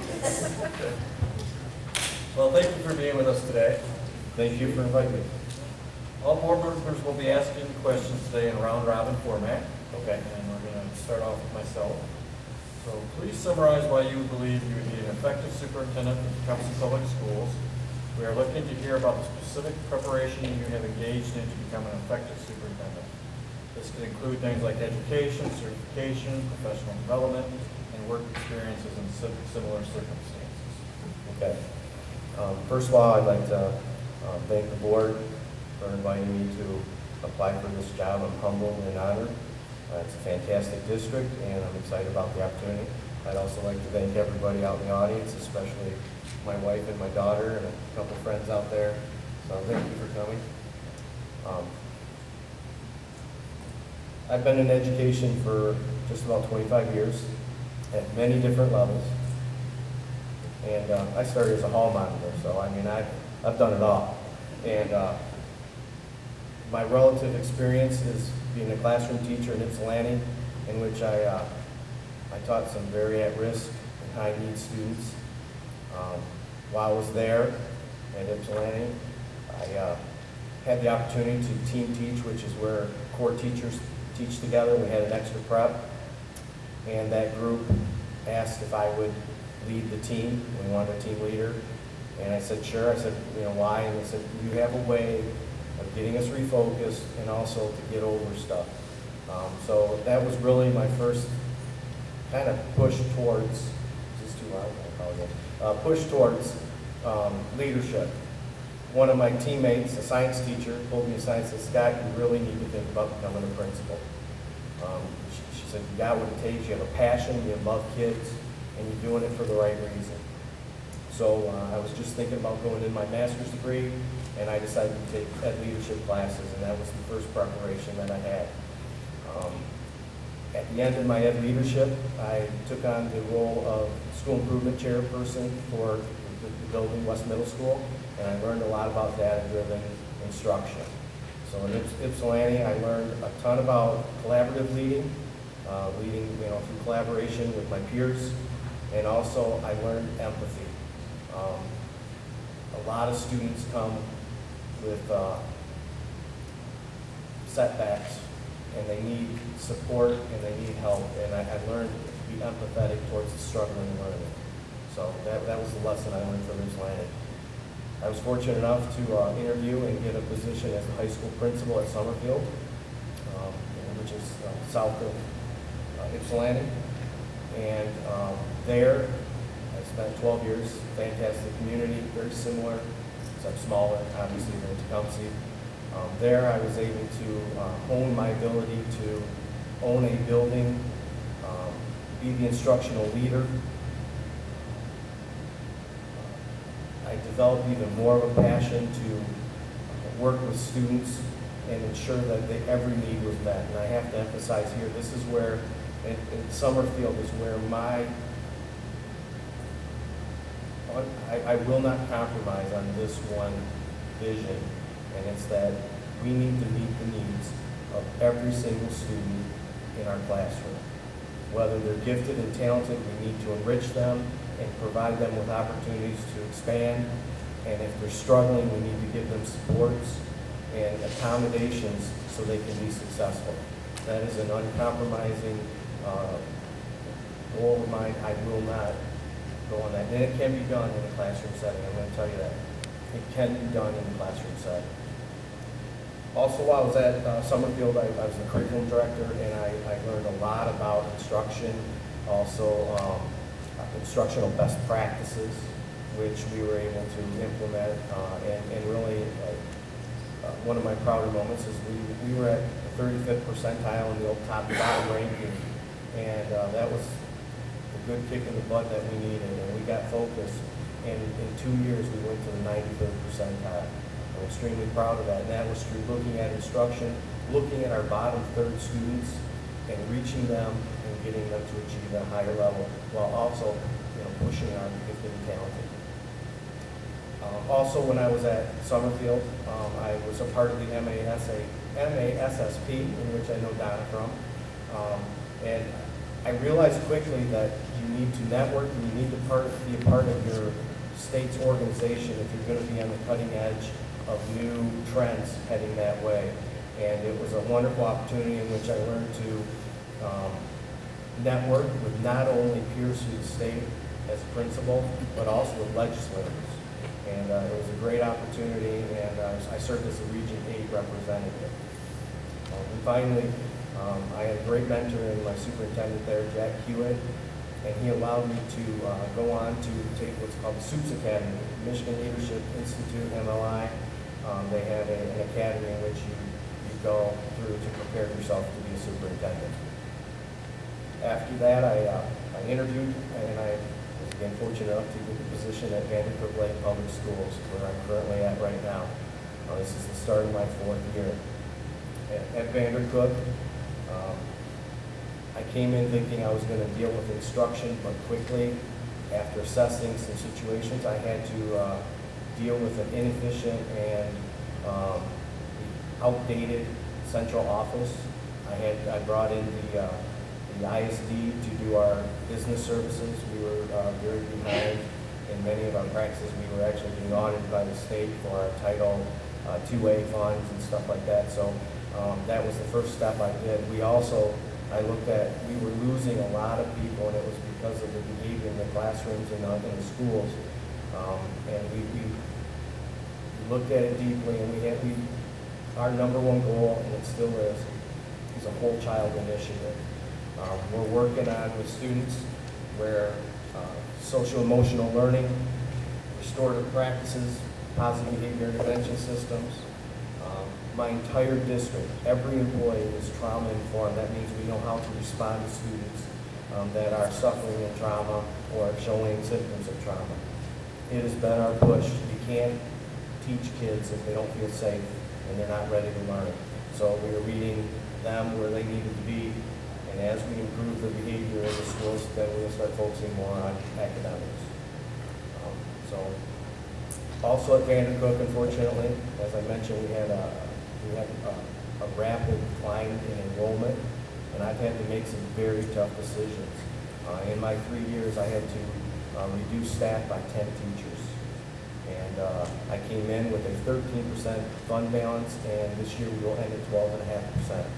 So I have been able to, while losing a great deal of our students as time goes on right now, to be able to stay fiscally responsible. And we're trying to mend the wounds that happened 10, 15 years ago that have really alienated the community. Vanderbilt's not a very big community, and 5 square miles.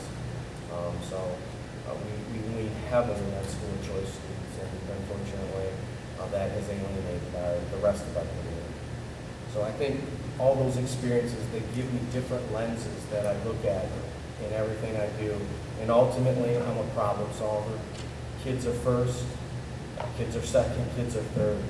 And I love challenges in terms of solving problems and working with people, collaboration, constantly working with either the staff, with ideas and stuff. That's the only way you can make change occur is if you're working with individuals that have to implement it. So I hope that answers your question. Thank you. Yes. The next question will come from Secretary Johnson. Could you please provide an example of a time that you established a vision of success? Could you also describe the process that was used? Could you tell us who was involved in the process, how they were involved, and what was your approach to implementation? Can you repeat that part? I apologize. Absolutely. Would you like the whole thing or just the last line? Just the last line. What was your approach to implementation? Okay. It's a lot. That's a lot. So I may need you to repeat that. But a vision of success, absolutely. When I got to Summerfield, and after about my 3rd year, I had really shaped my focus in believing in standards-based grading and allowing students to retake assessments, with no penalty, as long as they were ready and they showed that they were prepared. I spent time talking with my staff probably for 2 or 3 years about the idea. And sometimes you have to wait until some key people retire. And when we had some leadership leave that were in the school improvement, I recruited our top teachers to be a part of our school improvement process, and we started having conversations about how to implement standards-based grading and kind of like proficiency-based learning. The challenge was for us was how do you allow retakes in the classroom and that kind of stuff. And it led to, and these are all discussions with teachers, it's like bouncing ideas off. It's an amazing, synergy is amazing when you have people working together. And what we came up with was a blended classroom in which the teacher would do the direct lecture on a video that the students could watch at any time they wanted to. They could watch it at home, they could watch it at school, they could watch it at lunch. And then that was the way the students got the direct lecture. And then they were working in their classrooms on either, problems, asking the teacher questions. So instead of the teacher teaching the entire class, now she was helping students, being more of a coach, helping students work through their areas of struggle. And of course, some students got it right away, and she actually had the lectures, future lectures already done, so when a student finished, they could go on to the next one. And that's how, with that vision that I talk about, that's how we were able to allow our gifted and talented kids to flourish. And the teacher was able to then go back and help the struggling students. So it included, kind of gone through the process a little bit, but it started with the idea, allowing it to cook and let people think about it and get used to it. Then it led to discussions of professional development. It led to trial and error, and then eventually successful implementation. My daughter up there is one of them that she actually loved it. It allowed her to work at her own pace within that classroom setting. Did I answer everything? Yeah.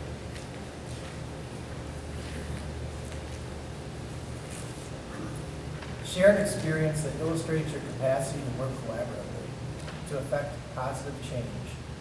Okay, collaboratively, did I hear? Okay. Yes.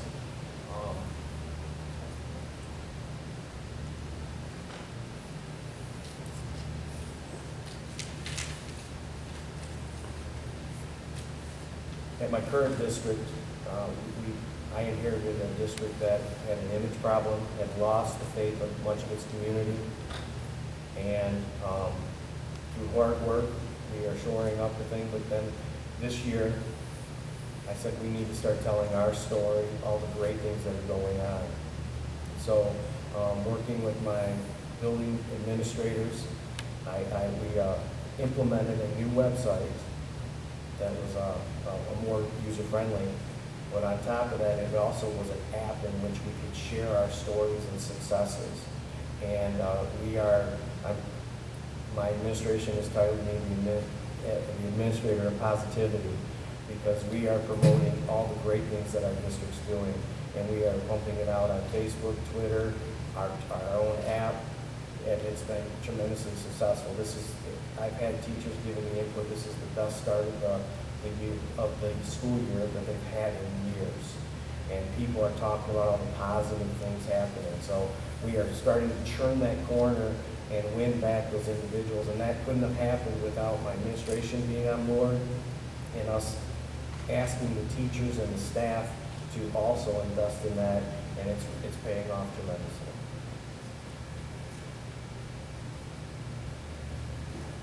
Tell us about an unpopular decision you've made.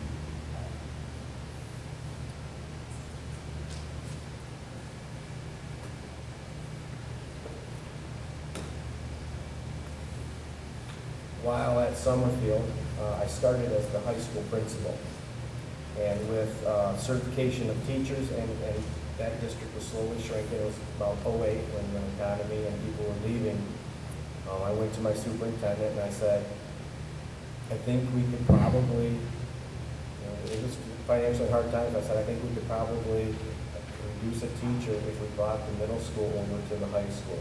So grades 6, 7, 8, 9, 10, and 11, and 12. And so, after really looking it through, there were some people in the community that were very concerned. So we brought them into a community forum and let them express their concerns. They were not happy at first, but what we did was we listened, we took notes, and then we went back, and some of the things they asked, they were concerned about, we figured solutions to. We rolled it out, and it was extremely successful. I laugh all the time at how big this forum was. I mean, the whole community of Summerfield was there for the question and answer, and then through the year, we didn't have one complaint. Part of the solutions were the kids had their own lunch. They weren't mixed with the high schoolers, so they had their own lunch. We also put them in a wing by themselves, so there was less interaction with the high schoolers.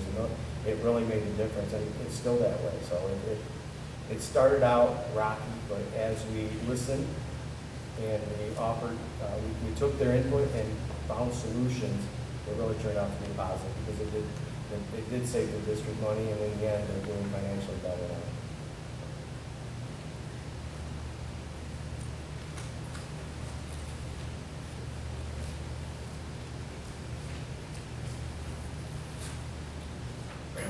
Regarding curriculum, who drives curriculum?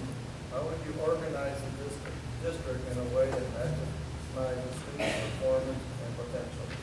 I apologize, I didn't hear a lot of that. Regarding curriculum, who drives curriculum?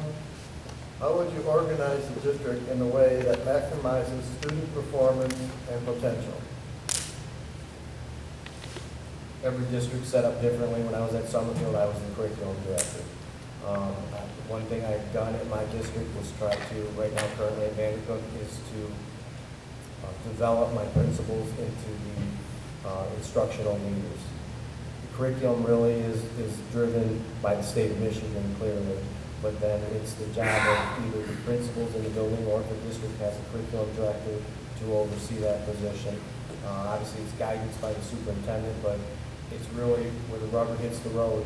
With curriculum, it has to be the individual who is working with the teachers, who are the ones that implement the curriculum. So that would be, most likely would be your high school principal, your principals, your building principals.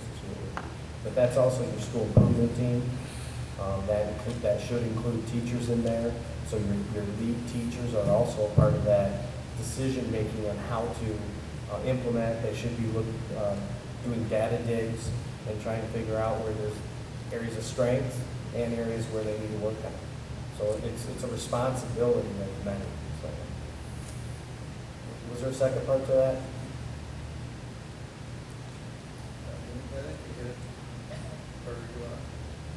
how would you organize the district in a way to maximize it?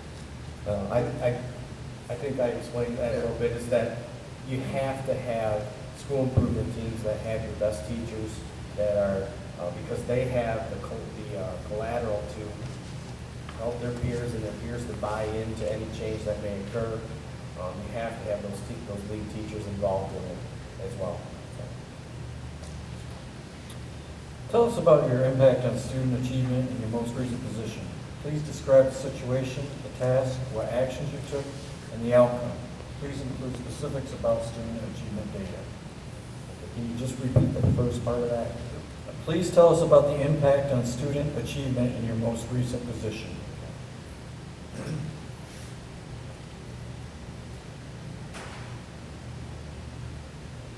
Well, my current district, we have some of the lowest scores in the county of Jackson. We had them before I got there. We've had them for 10 years. As I said, I came in thinking that I was going to talk about standards-based grading and those kind of movement. I quickly found out that we had bigger issues we had to deal with first.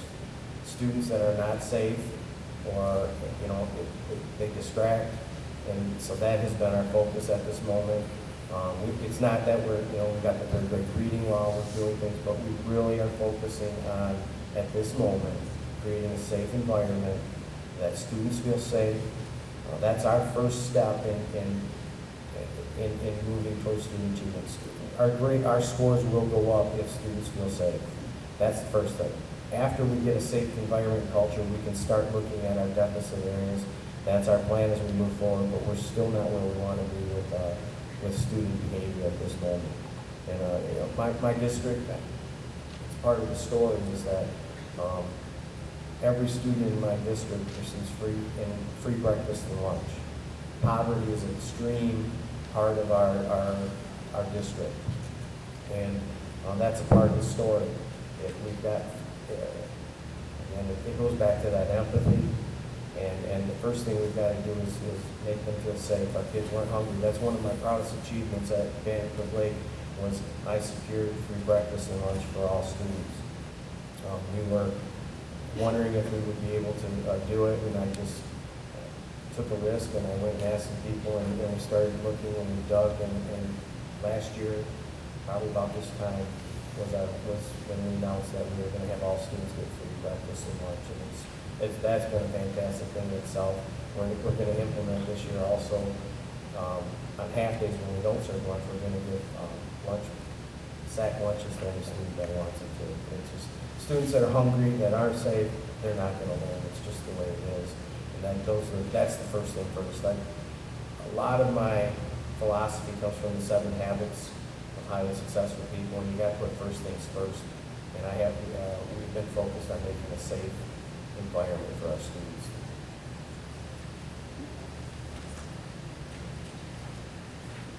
If you'd like, I can talk about data at Summerfield. Would that be? We'll get to that. All right. Please share an experience that reflects your views and leadership approach as it relates to employee morale.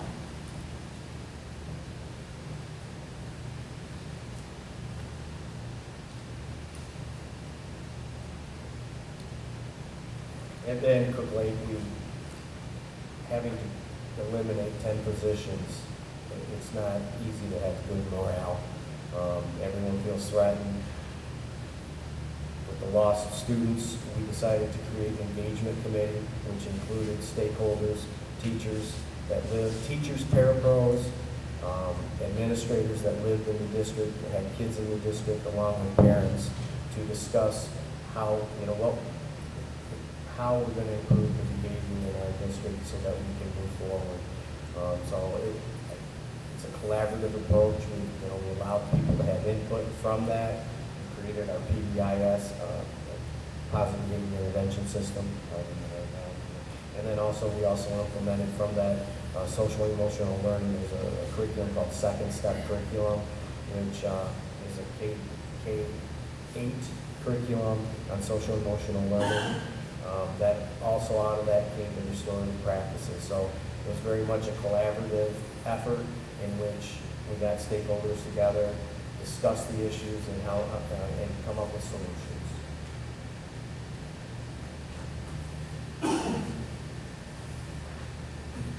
Please provide an example of a time when you strongly disagree with a decision of the board. How'd you handle it, and what was the outcome?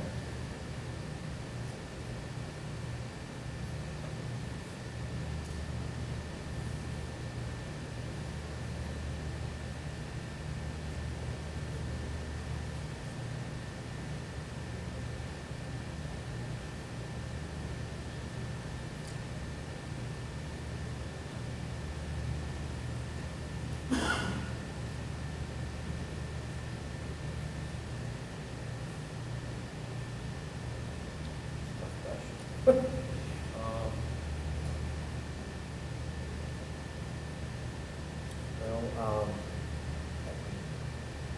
don't strongly disagree would be the word, but we lost 100 students this year, which was devastating to our district. We projected 75, and it ended up being 100. And if we keep our staffing as how it is, we will likely end with a 6% fund balance. Obviously, fiscal responsibility needs to be a part of it. I reminded them of that, and that there were areas that we could cut, eliminate a couple positions, close some classes, still be under 30 in the class. The board felt that we are turning the corner on all the efforts that we're doing, and we're starting to get the community to buy back into us. We're having positive, and they didn't want to shut down any classrooms. So they are, at this moment, we are keeping the classrooms open and going on the good faith that we are turning that corner and things are starting to improve. As a superintendent, it makes you very nervous because if you don't have some type of fund balance, your options are very, very limited. I don't think it's a bad move. It's just, it makes me very, very nervous. Obviously, you want to keep that fund balance, and those that understand it's not a savings account. You need it to work throughout the year until you get paid in October here. But at this point, it's so there's the outcome is that we are keeping the classes in a smaller size and trying to win our community back.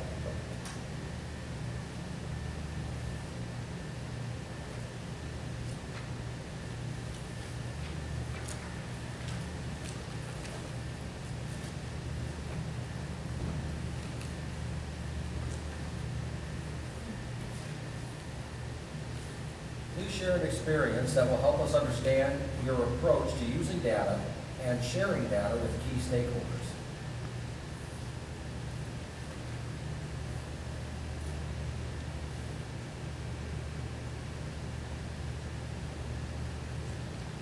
As I mentioned at Summerfield, we back in the days when there was a top to bottom ranking, we got a letter from the state that said had certain districts been pulled out of the net, they called it in those days, that we would have been one of those districts at the 35th percentile. And we were, because it came late, they weren't going to hold us accountable, but that was our warning shot.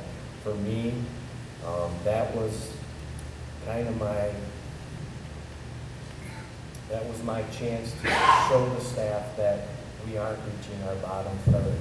The data clearly stated that we weren't, our bottom third was struggling. We had a huge gap between our bottom third and the other 2/3.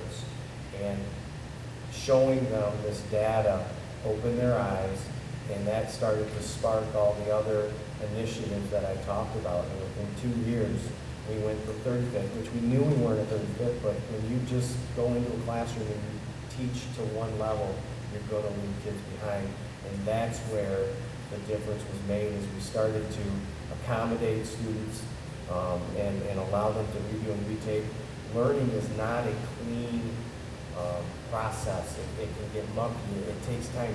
A student that struggles and then learns it better than a student that just learns it like that because they had to follow a process to finally understand it.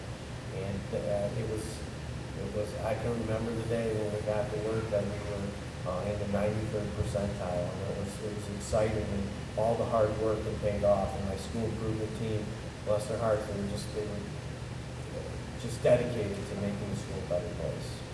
And that's what data can do. It can open your eyes to what we think are realities when it's not really. You know, and it takes away the bias. Now it can be manipulated too and not, used properly, but it can expose things like, are you really reaching all your students? And in that case, we won. But for 2 years, we were able to turn that out.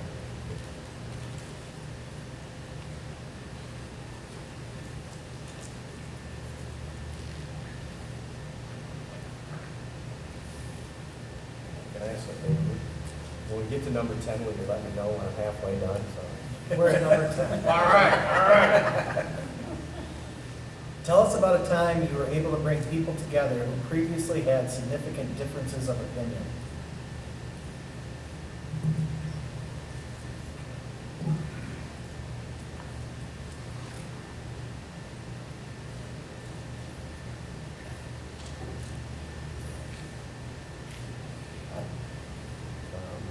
I really don't want to overuse this, but I will be very, very honest. I had a tough time convincing some of my staff that there was a problem in our instruction when I was at Summerfield. And, there were some people that were willing to try the ideas of formative assessment and using it and redoing and reviews and retakes. But there were some people that just were like, we don't have a problem, we don't have a problem. And that's when we shared the data. And it wasn't in a threatening way. It was just like, here's the state now saying we've got a problem reaching our bottom third. And another part of that process is we went through the indicators that the state has for the school improvement. Instead of our school improvement team doing it, we did it as a staff. And they saw, honestly, where the rubric was, a 1 through 4 rubric, where we truly were compared to what the state has. And rubrics are wonderful things. They show you success criteria, and they show you steps where you're at. That was a huge eye-opener for our staff. And then they go, yeah, we do have to roll up our sleeves, and we do have to do things differently. Schools can get stuck in their ways because they're almost islands at times, and they have to network and share, and they have to, I'm a big believer in bringing other staffs together and sharing of ideas. That's how great things can happen. And I learned that from, again, networking with my peers and principals and now as superintendents. You share ideas and you get people collaboratively working together with other people outside of your district to get new ideas.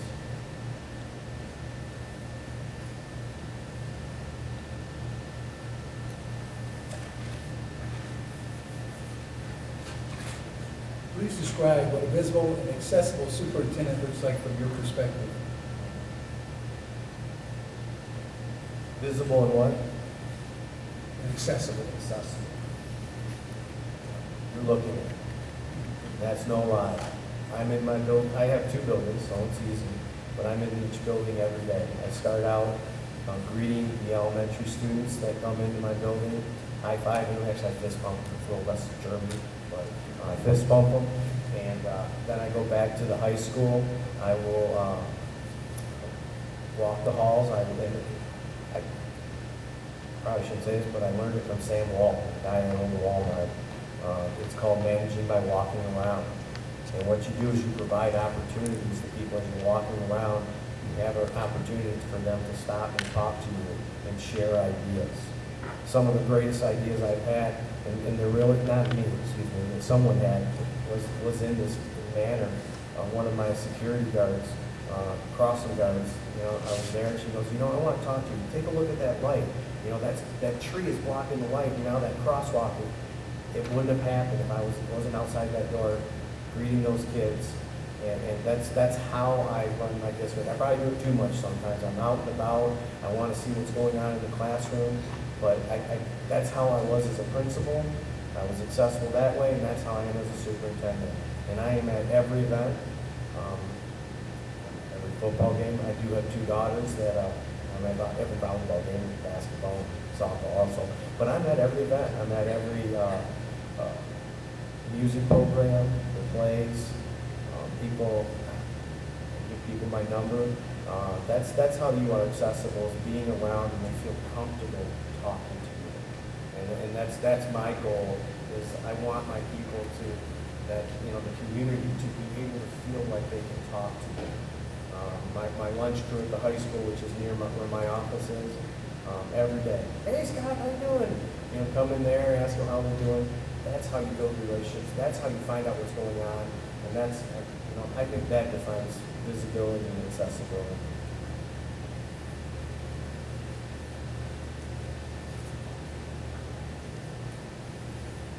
How have you invested in the communities you have worked in?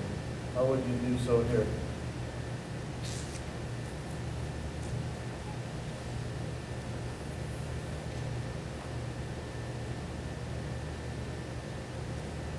When I was in Ypsilanti, I'll start back there.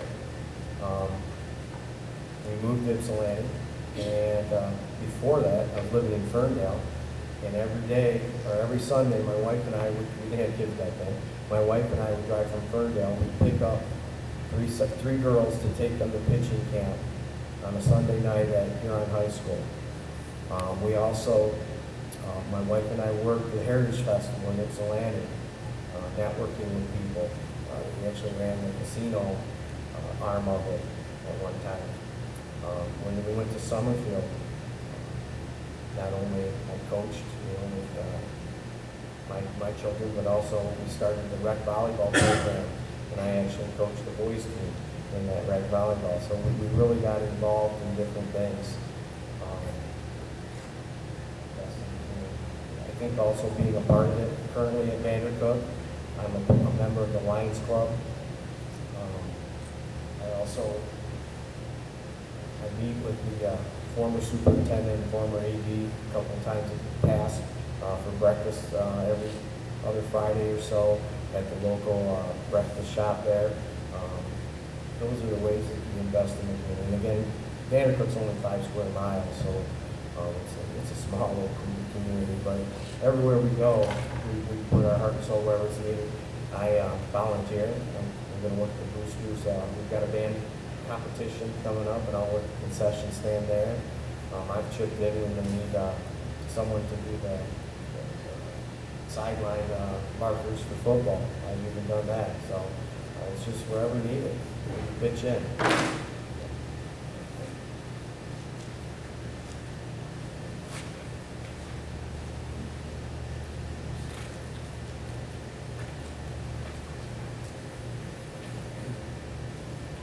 Tell us what budget development process you use and how the process works to gain broad support for the final result. What was the last broad Support for the final result. Okay. Typically with the budget, and it has changed since my first couple of years because I'm now with the ISD. We have a business manager through the ISD, and it runs far better. We have better numbers, the whole 9 yards. But what we do is we look at trends, and we also look at student count. That's a huge part of it. We meet with the building principals to discuss their projects for the year, anything they may be having, whether it be if books are in the next, social studies books are in the next round that need to be purchased, that kind of stuff, and then we will present it to the board.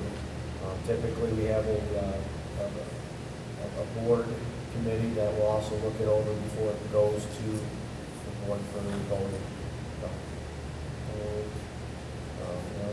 You've got a business manager for a reason. They're an expert in that.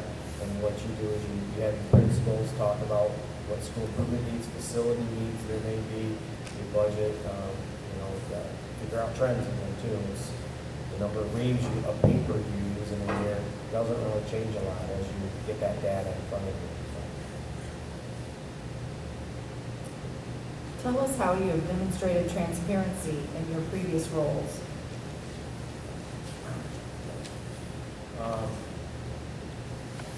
Well, at first I would say I'm extremely transparent and honest and open, and quite frankly, people don't have to guess what I'm thinking because I'm usually letting them know in a positive way. I'm just open that way. think if you take a look at our board minutes, you'll find I've developed it where there's hyperlinks to every single document that is referred to, whether it be correspondence or anything else. We're very transparent.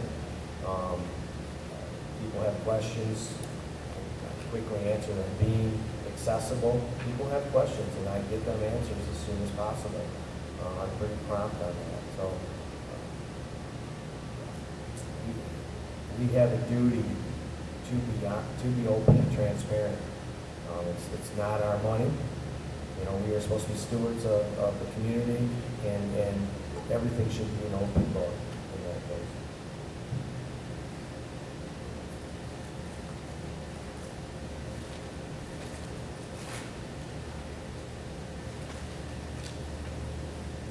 Tell us about the expectations you create for staff. What are they? What factors do you consider in setting and communicating expectations? Last part again, I apologize. I heard the staff expectations. Yeah. Tell us the expectations you create for staff. Yeah. What are they? What factors do you consider in setting and communicating these expectations?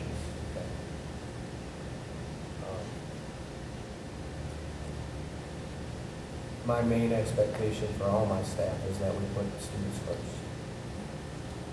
We focus on, in the classroom, meeting the needs of each and every student, as I mentioned before. That's the focus. Everything else takes care of itself, and everyone knows that wherever I come from. I've had teachers say to me, "Why don't you do it this way? It's easier." I said, "Because it's not the right way. It's about the kids. We're going to do it this way."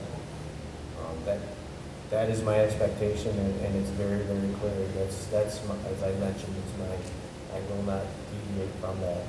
And if every decision you make is based in the best interest of the kids and the students that you serve, everything else will take care of itself. And again, it goes back to the factors. You know, it's just we're here for the students. We would not exist if we didn't have students.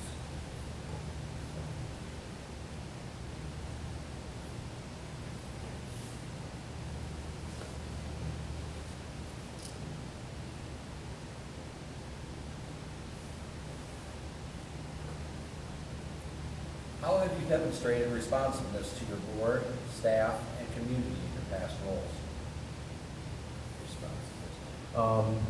Well, you know, with your cell phone, I don't even know where mine's at now. Obviously, it's a 24/7 world we're in now. If there's urgent matters, you know, I will quickly text my board. I have a weekly update every Friday called Keeping You Informed, to make sure that they are up to date on anything that's going on in the district. Staff, again, the responsiveness is being available and being around and being and open to listen and have discussions. Again, if you put children first, all discussions will lead to the best answer. If they just do. If you put children first, I mean, it becomes easy after a while. You just start to talk things through, and it's like, okay, so what does this child need, or what does? So I think that, you know, I'm very responsive in that way. I guess I don't struggle with it.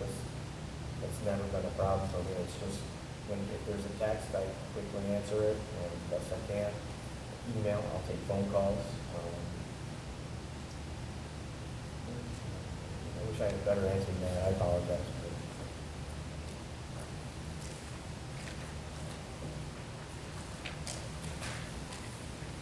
What have you done to develop the skills of your staff? What were the specific topic areas? Did they ask for the training, or did you suggest it to them?